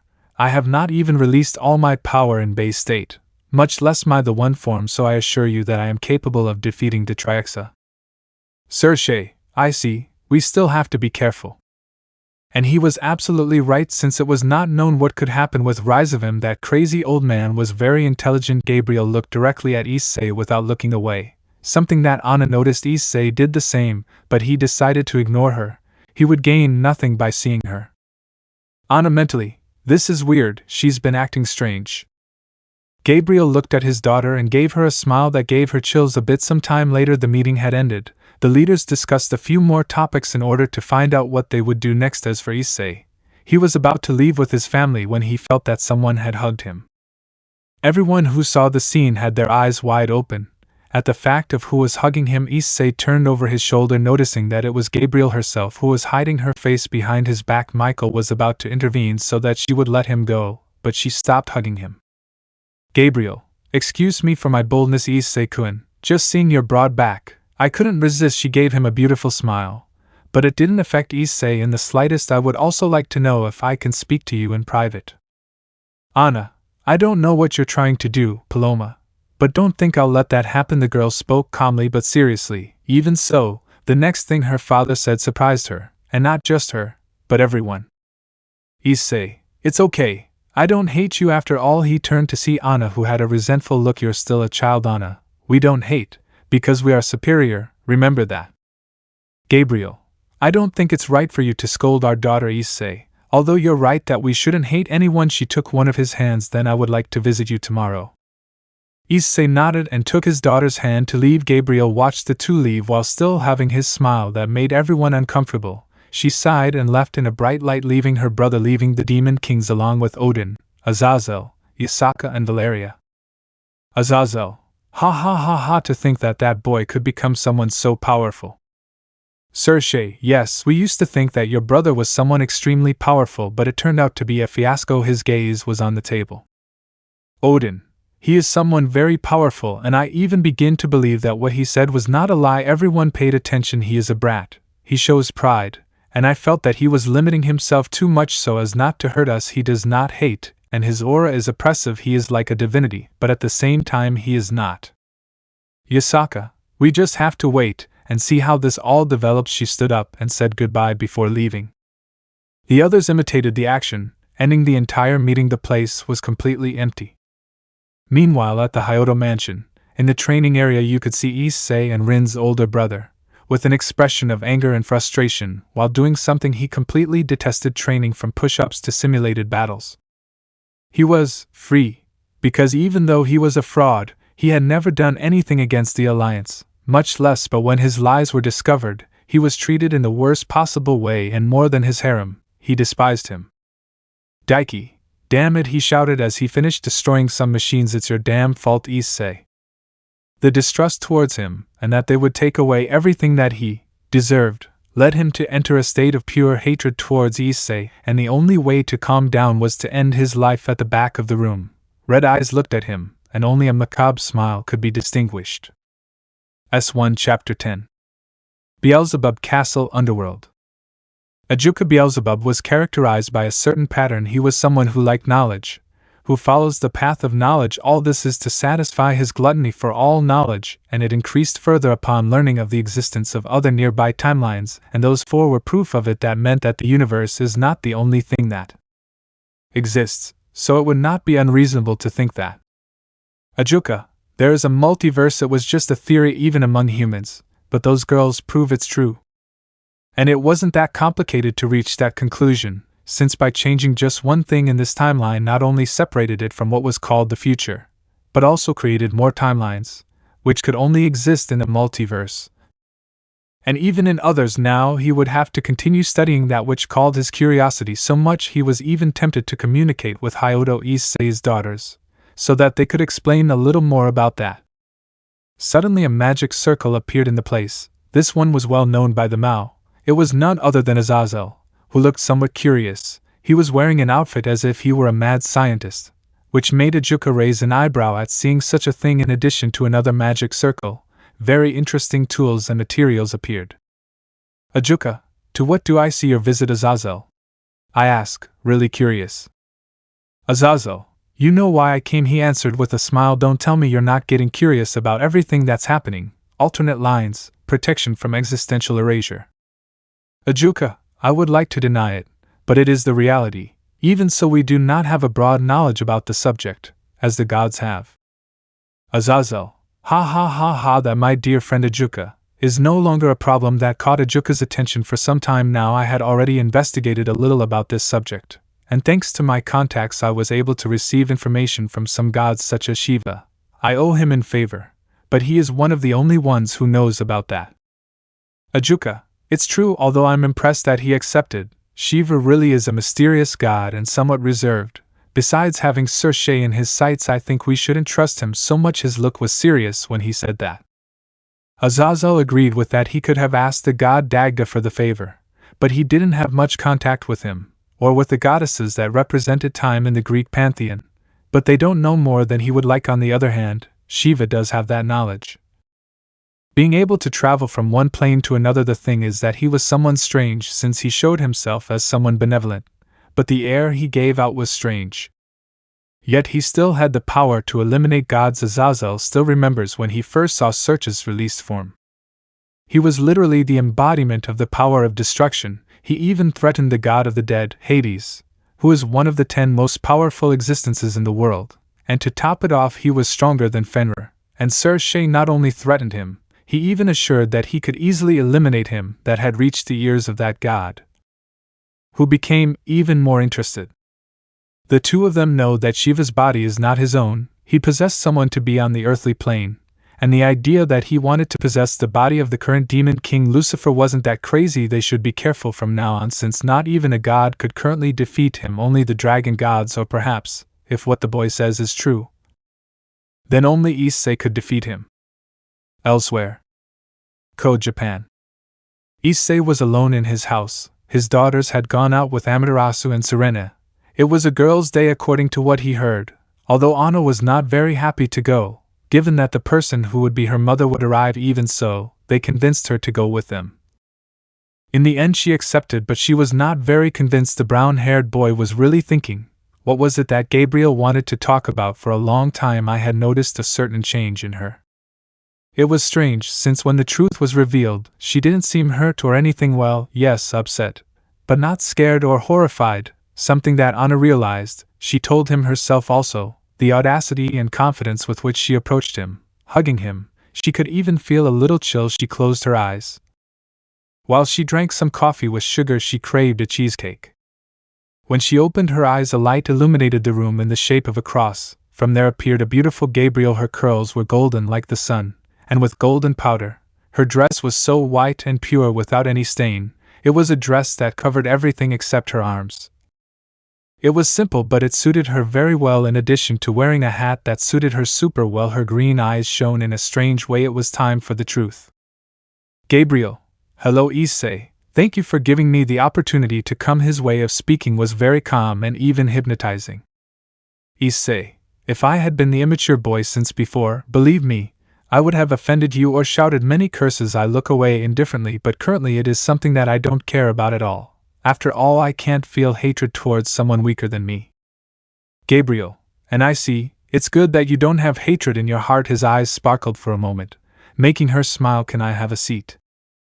Issei. Sure. Before we talk, let me go prepare something. Coffee or tea? Issei asked calmly. After all, His presence doesn't affect him at all, and he's someone with education. The blonde having answered, choosing the tea, the brown-haired boy headed to the kitchen to prepare the tea for the guest. Gabriel observed the place while sitting. It was something simple but at the same time elegant. He expected something more extravagant given his proud personality, but it was the opposite. There were decorations of all kinds. Several shelves with Issei's belongings. She stood up and, driven by curiosity, began to look more closely. She saw on one of the shelves a frame with a photo of Issei himself together with Anna. The latter was hugging the brunette with a smile, who had a slight but marked smile. She had never seen her daughter like that, or with that smile that shone brighter than the stars in the darkness, and of course, at that time it was different, since there were moments of conflict. He caressed the photo, both Issei and Anna in the kitchen. Issei was preparing tea, as well as some snacks, but his mind was analyzing a certain matter. Gabriel, it was her. But at the same time it wasn't tea. It was as if there was something about her that was different. She gave off an innocent but at the same time dangerous air, which he really recognized. It seems that the two have similar secrets. Already finishing making the snacks and tea, he went straight to the living room, where Gabriel was looking at the photos. Issei usually dresses in a kimono when he goes somewhere in the supernatural world, but when he is at home or goes out to the supermarket, he always wears a ponytail down, comfortable black pants and a shirt, either white or red. Issei, here is the tea, he said, making the blonde nod and take a seat. Gabriel, thanks, Issei. The two drank tea, and the blonde had to admit that it tasted very good, one of the best teas she had ever tasted. But the place remained silent, which was understandable, given that they were once a couple, something impossible for a normal being. To be with the most beautiful angel in heaven, then to end that relationship because of someone else's jealousy. And after having hurt herself, she is looking for him again, although of course at no time she has asked for any opportunity with him. Not even for that matter. If it had been her previous self, she would have acted immaturely, saying things like, "Hlut," "bore," etc., or she would have treated the leaders badly. But he was no longer the same as before. Now he understood that it was not worth it, and that is why it did not matter to her at all that Gabriel had made that request. Gabriel. He took another sip of tea along with a cookie and said, "It's very delicious. I really liked it." Issei, it's obvious after all I did it. His poker look and his voice did nothing but bring out a small smile in the blonde. Then Issei spoke. Tell me, what was the reason why you asked? Does it eat me? Gabriel, yes, well, I wanted to know how you've been this time. Issei, I've been very well, happy to be able to be with my daughters and my wives. He was forceful in his answer, polite and without being rude. Gabriel, that makes me very happy. It's good to know that you found good women, and even more so the goddess Amaterasu. It's surprising to say the least. Although he said it in a tense way, Issei noticed that he was sincere. But Issei, yes, I think that for anyone who has tried something with her, the fact that I am her partner is hard to believe. But tell me, his gaze became serious, what is the reason that you have come? Don't take it the wrong way, but from what I know, you didn't want to see me again. Gabriel, I think it's better to be honest. She stood up and got a little closer to the brown-haired boy and then bowed. I just want to ask for your forgiveness for everything. I know that my words won't heal the scars I left in your heart. I know that I don't have the right to even talk to you. But seeing that we have a daughter made me change my perspective. She stood up and in her eyes you could see true regret. I just want a chance to be able to live with her, and in some future be able to get along. Issei, he observed her in detail. What surprised him was that she not only apologized for what she did, it even seemed like it was him. But I think I already told you that I don't hate you. Even so, I don't like you either. You're just someone who doesn't matter to me. So you don't have to apologize. He stood up and stood in front of the blonde. I also understand that the only love you knew was brotherly, and you didn't know about romantic love, which is why it was easy for Kentaro to cheat on you. Even so, I repeat that I'm not interested anymore. Gabriel, I wish things had been different. She gave him a sad smile. Issei, it could be, and as for Anna, she will decide if she wants to live with you. I can't force her, but I can't forbid her from living with you either. He sat down again just like her and continued and tried to forge a solid relationship with her, because I assure you that she will not be born in this era, or at least not from you. That last thing made the atmosphere feel heavy, not for Issei, since that atmosphere was nothing to him, but definitely Gabriel's empty and lightless gaze meant something. His gaze was totally fixed, and for a moment he could see how his hair was black and his eyes were totally cold blue. But it seemed like an illusion since when he blinked he was with his normal appearance. With the girls. The girls walked through the streets of Kul, laughing while carrying bags in their hands. They had decided to spend the day with each other to distract themselves. Little Maria was jumping while humming some unknown song to them, but she definitely looked cute while doing it. Serena and Amaterasu were talking with their respective daughters, asking certain things, mostly so they could get to know each other better. They were daughters who had not yet been born, and apparently they would stay in this time, so it was best for a strong bond to form between each one. In another perspective, Anna, she walked a little behind them, receiving glances from her sisters and mothers. Her eyes were seeing the void, as if she was missing something from her bag. She took out 2 photos. In one she was as a child, about 10 years old, hugging her father, who was the exact copy of the current Issei. The other photo was her as an adult, and the Issei of this time, both with a smile, and she accepted that they were true. The second photo remembers that nostalgia came to her, and she smiled happily, but, although she did not want to accept the hate she has for her mother, it is resentment, almost hate. The reason was simple: she saw her older sisters with a little envy, since they could live with their mothers. Even in her timeline, she never got to live with her. There was a time when she ran away to look for her. The only one she ever came into contact with was her uncle Michael, who also didn't know where she was until the day she gave up. Years had to pass before she got to know her, but she was different from how she had been described to him, and now that she is in the past, she would have liked to live with her. But almost the same thing happened from one moment to the next. They stopped because Maria had fallen, and when Anna was going to pick her up, a girl did. Upon seeing her face, the only thing the blonde could do was open her eyes, since in front of her was Anna. S1 Chapter 11. Dimensional Gap. The dimensional gap is where the most powerful being in the world lives, Great Red, the dragon god of dreams, a being who has immense power, who can destroy planets effortlessly. He was a dragon 100 meters tall, with red scales, harder than steel. He has 2 pairs of enormous wings and has a horn above what are his pits. The main job of this being is to help the goddess who rules time and space of the entire multiverse, in the gap that is the entrance and exit of different worlds, even universes. This has been the guardian of such a place, and to date there is no being that is at its height, positioning itself as the most powerful, of course after the goddess of time. How any day in his eons of years of existence he traveled around the place, watching that there was no anomaly that endangered the worlds. He did somersaults, played, and in short he acted in the most casual way. He was something like a young delinquent, since those who have known him, that is how he acts with them. At one point this stopped, as a crack had appeared, from which emerged a girl very familiar to him. She had black hair, as black as the darkness itself. It reached her heels. She was dressed like a gothic Lolita, in addition to having gray eyes, full of emptiness. This was Ophis, the dragon goddess of infinity. For some time now she had abandoned her intentions to recover the dimensional gap, being a person who managed to show her that any place as long as she is happy can be her home. Issei, a boy who for Great Red was extremely rare, since he was someone very powerful, in addition to the fact that before he already had great potential. What are you doing here, Ophis? Asked the great dragon to the little girl.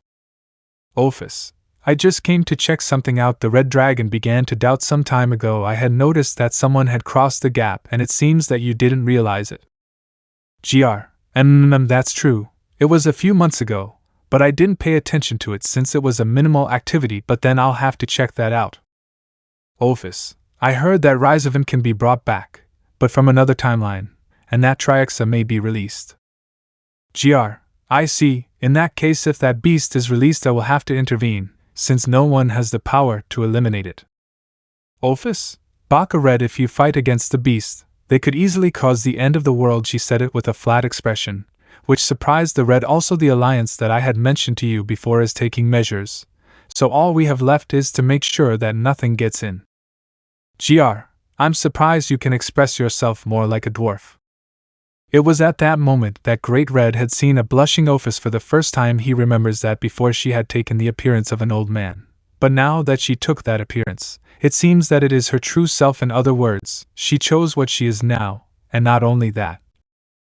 She also has feelings for him for Hyodo Issei not far from there. At a point in the gap you can see how a kind of portal was opened, where 10 beings entered, which were powerful. Elsewhere. Code Japan. Anna at that moment looked annoyed at the person in front of them. Sora and Lucy, both Amaterasu and Serena, did not know what was happening since they had never seen such a person in their lives, but it was at that moment that they realized something. Little Maria was watching her very carefully. The person in question was a girl of about 17 or 18 years old, in addition to having almost white blonde hair, gray eyes, and very white skin. In short, she was identical to Maria. The girl was not dressed so extravagantly, but she looked very good. She had picked up the girl who had fallen and dusted her from the fall. Maria continued to see her, since she seemed familiar from somewhere. "Are you okay, little one?" the girl asked sweetly. "Didn't you hurt yourself?" Anna, she approached where her little sister was and picked her up. "Thank you very much for picking up my little sister." "It's nothing, I just wanted to help you," she said with a calm smile, which disgusted Anna. "My name is Cecilia, and yours, little one?" was the question she asked the girl, who opened her eyes and said the following words.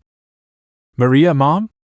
was the question she asked her, as she freed herself from her sister's arms and hugged her. "Cecilia, how?" she asked somewhat in shock as she was hugged by the girl, but unconsciously she hugged her. "Anna, excuse her, you look a bit like her mother." She grabbed Maria and knocked her out subtly. "But well, it was a pleasure meeting you, Cecilia. My father is waiting for us." She began to move forward. The others didn't even get involved, but they would ask questions later. Meanwhile, the girl kept watching where the others were going, but her gaze was fixed on the girl who was sleeping, and in an instant a couple of tears came out of her eyes. The fact that she had called her mom for some reason made her happy. But she knew it was an impossible dream. "Cecilia," whispering, "everything became impossible since I left you, my beloved Issei." So she turned around and began to walk with her mind elsewhere while going in a direction that she wants to change and follow another path, where she can be happy without continuing to be the plaything of an old man who only uses her to satisfy himself. As she passed through an alley, in the darkness of it a smile could be seen that quickly turned into a flat shape and red eyes that shone. Meanwhile the girls were walking normally, until they reached a safe place, or to be able to transport themselves to their house and be able to tell them everything about Cecilia, Maria's mother, and what happened to her at the end of everything. Anna, she raised her hand and a magic circle appeared. With Issei. The atmosphere was still tense, even though things had calmed down a bit. Gabriel was sitting with her gaze down, while Issei was drinking his tea indifferently. Even so, he remembered the blonde's gaze and had to admit that it gave him chills for a moment, as if she had tried to get into her mind. What was going on with her? He didn't know, and he was curious. At one point he saw a couple of tears fall from her green eyes, and just for a second his heart sank. But just as quickly as it came, that feeling went away. In the room a magic circle was formed that Issei recognized. Gabriel had not paid much attention to it. His heart was suffering, and that was what his mind occupied. From the circle came out the 4 daughters of Issei along with Serena and Amaterasu. When they saw who was visiting, just became serious. They didn't think that he would arrive. "Anna, we have arrived, Dad, and I see that the dove is here. You are very bold to come here and be alone with my father," she said. She felt what she was saying, but she spoke from anger. "Issei, Anna," he spoke in a loud voice, drawing her attention, who was surprised. "I have been very clear with you. You must let go of that hatred in your heart." "Anna, are you going to take her side?" Her voice almost broke as she responded to what she had heard. "Issei, not in the least, but in the end she is your mother, whether from the past or not. She is who she is." He had a totally stern look. "You must be aware of that. Gabriel, I don't think it's right for you to scold her like that." Issei, she had finally come out of her trance and spoke somewhat seriously, while she saw her daughter crying for being scolded by Issei. "I don't know what my counterpart did, but what I heard on other occasions made me realize that she is still damaged by everything that happened." She slowly approached Anna, who looked at her with resentment. She no longer had Maria in her arms, so she could respond to any approach. She didn't want her to get close to her. She didn't want her to hug her. She didn't want her to comfort her while she cried on her shoulder. So why did she let her get close? Why did she let her hug her? Why is she crying on her shoulder? And there was only one answer to that. Despite the hate towards her mother, she always wanted that to happen. to be able to hug her, and for her to reciprocate to feel the warmth of her mother, to be able to talk and laugh with her, but it never happened. Her father was the one who did all that. That's why she loved him so much. Gabriel, I know I'm not your original mother, but my blood also runs through your veins. I know I made mistakes and I don't deserve a chance, but Anna and the others listened, while Issei watched calmly. As I told you, I don't know what my future self really did, but I want to make up for all that, so please allow me to do it, daughter. Anna, she was never with me. I wanted my mother to be with me. Mama Amaterasu and Mama Serena also loved me, but I only wanted to see you, but you never came.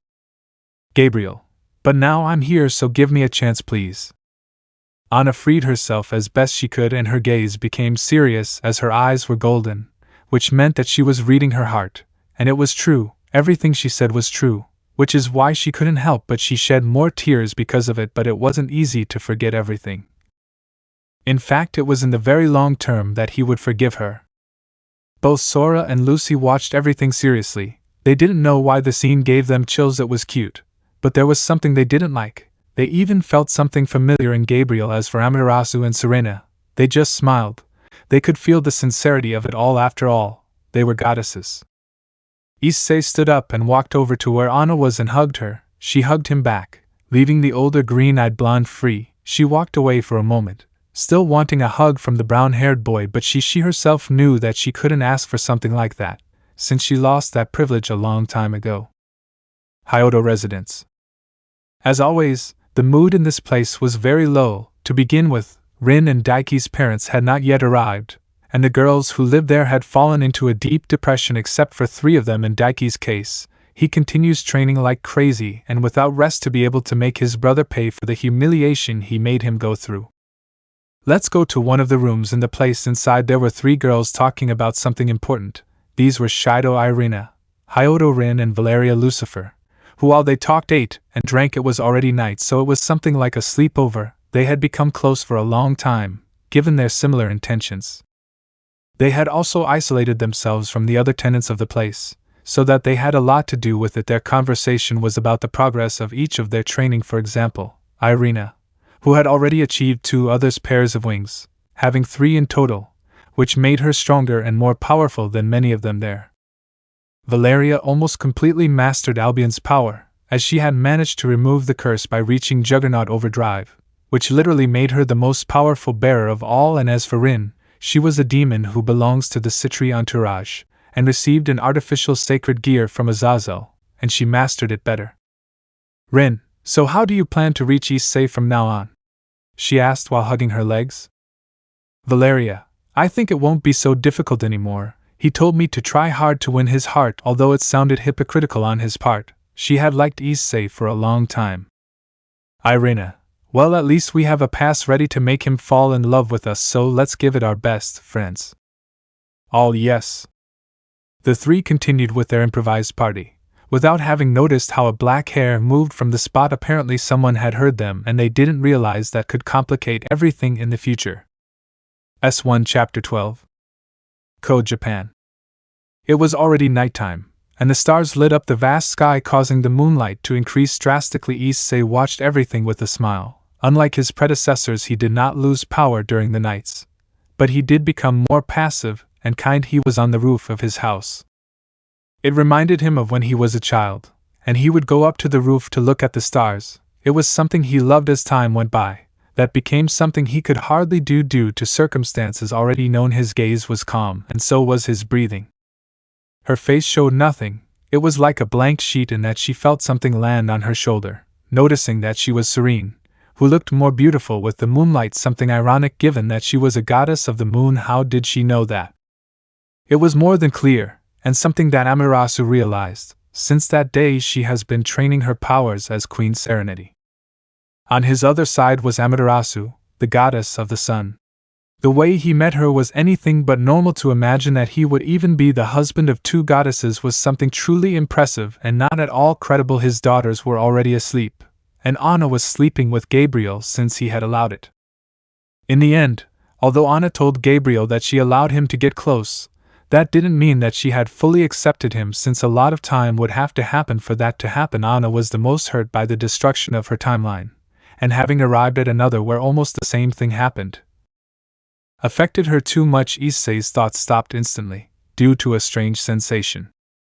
Suddenly the sky turned darker, something that caught the attention of Issei and the others. A sinister and evil power was felt. It was like that of a demon in its true form, and it was there when they looked up to the sky and saw a person floating in the sky. His hair was gray, short, he had a muscular body.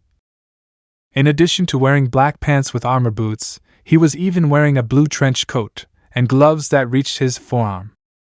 Issei, who are you? And what do you want? His voice became serious. Even so, he was not the only one who appeared, as two others appeared on either side. One was a boy with white hair and tan skin, and with several tattoos all over his body and face. His eyes were red. He was not so muscular, but he looked strong. One of his tattoos was a cross on his forehead, but these tattoos were made of darkness. The other was a young red-haired boy. His hair was combed upwards with black tips. His eyes were red, and on his chest there was a sun-shaped tattoo. Just like on his left arm there were more tattoos. His body, like the other, was not excessively voluminous, but he was in shape. They emanated a great power that alerted the two goddesses. Clearly for the brown-haired boy, although his power was high, it was nothing for him. The two young men were just as powerful as a Mao. More or less like Seraphal and Falbium, who already surpassed the power of their ancestors and could even fight against the gods. But the other guy was a different case. He was basically just as strong as a god, and it was noticeable that he was holding back. Estarossa, wow, it seems like you're not afraid. That's good. His voice was totally calm and full of peace, a very chilling one. Excuse my bad manners. My name is Estarossa, and I was sent to fight you. Issei, it must be an idiot who sent you after all. If you fight me you will die. I speak normally and as if it were illogical. Estarossa, ha ha ha ha, don't worry. It will just be a small fight. His smile disappeared and his calm expression returned. Larcade and Ignia, take care of the two goddesses. After finishing saying that, the other two agreed, and the man called Estarossa went in Issei's direction, giving him a punch in the face that sent him flying, and followed him to where he was. As for the other four, they just watched each other. It was clear that in terms of power both Amaterasu and Serena had an advantage since their levels were similar. Amaterasu, the goddess of the sun, was a goddess almost considered high class, being part of the top 20 of the most powerful beings in the supernatural world. Then the redhead went against Serena, and the white-haired man against the black-haired woman. Meanwhile, Issei continued flying until he crashed into a tree. Estarossa, wow, it seems that it hurts me more than you. I feel like my arm is almost melted. Issei, as I told you, if we fight, only defeat awaits you. He stood up while an aura of fire surrounded him. Estarossa, you are very kind. I really liked you. Issei, despite everything, his words were true. Ever since I woke up I have been very bored, so when he sent us to fight you, I told myself that it was the perfect opportunity. As a dark aura surrounded him, his power increased, and he launched himself towards Issei, who did nothing and stopped the gray-haired man's blow with one hand. The latter became excited, as he was going with a lot of power, but he had even more. Increasing his power further, he moved away, and created in his hand a giant sphere of darkness, which grew smaller as he concentrated. Great darkness.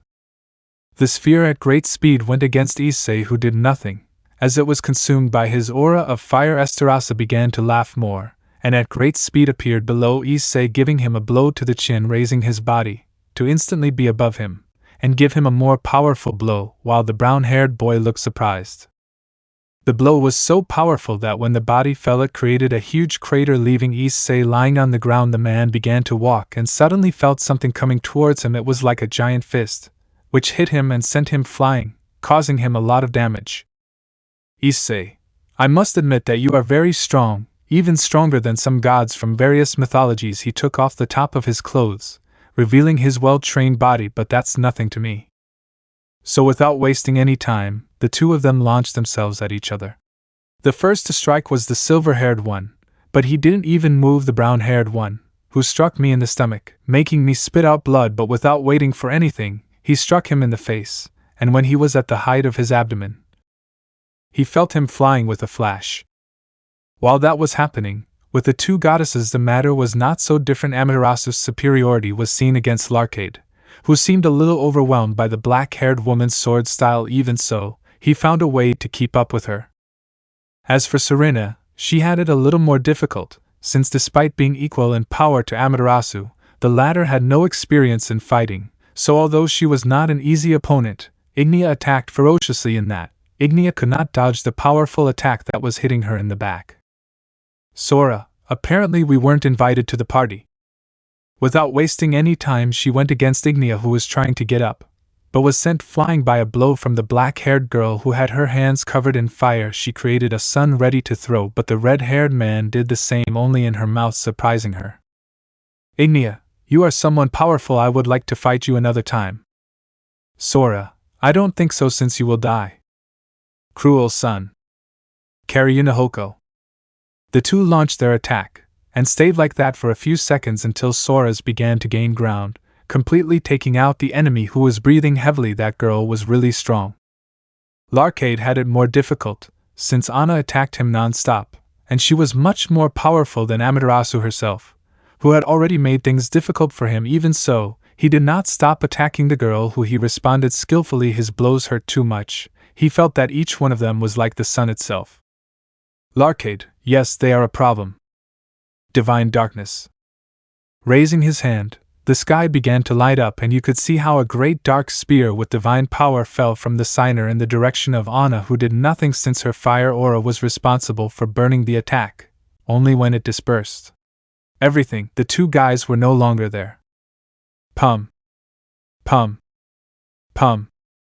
It was the sound of the blows that each one gave each other. Estarossa no longer had more than the black pants and his armor boots, just as he looked tired. As for Issei, he looked normal. After all, he had not occupied everything his base power. Still, Estarossa had a big smile. He was enjoying the fight. For him, he is one of the strongest.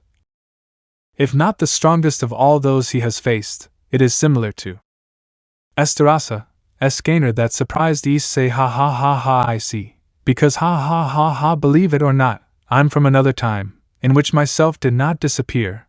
I was even able to adopt the power of my father. Estarossa.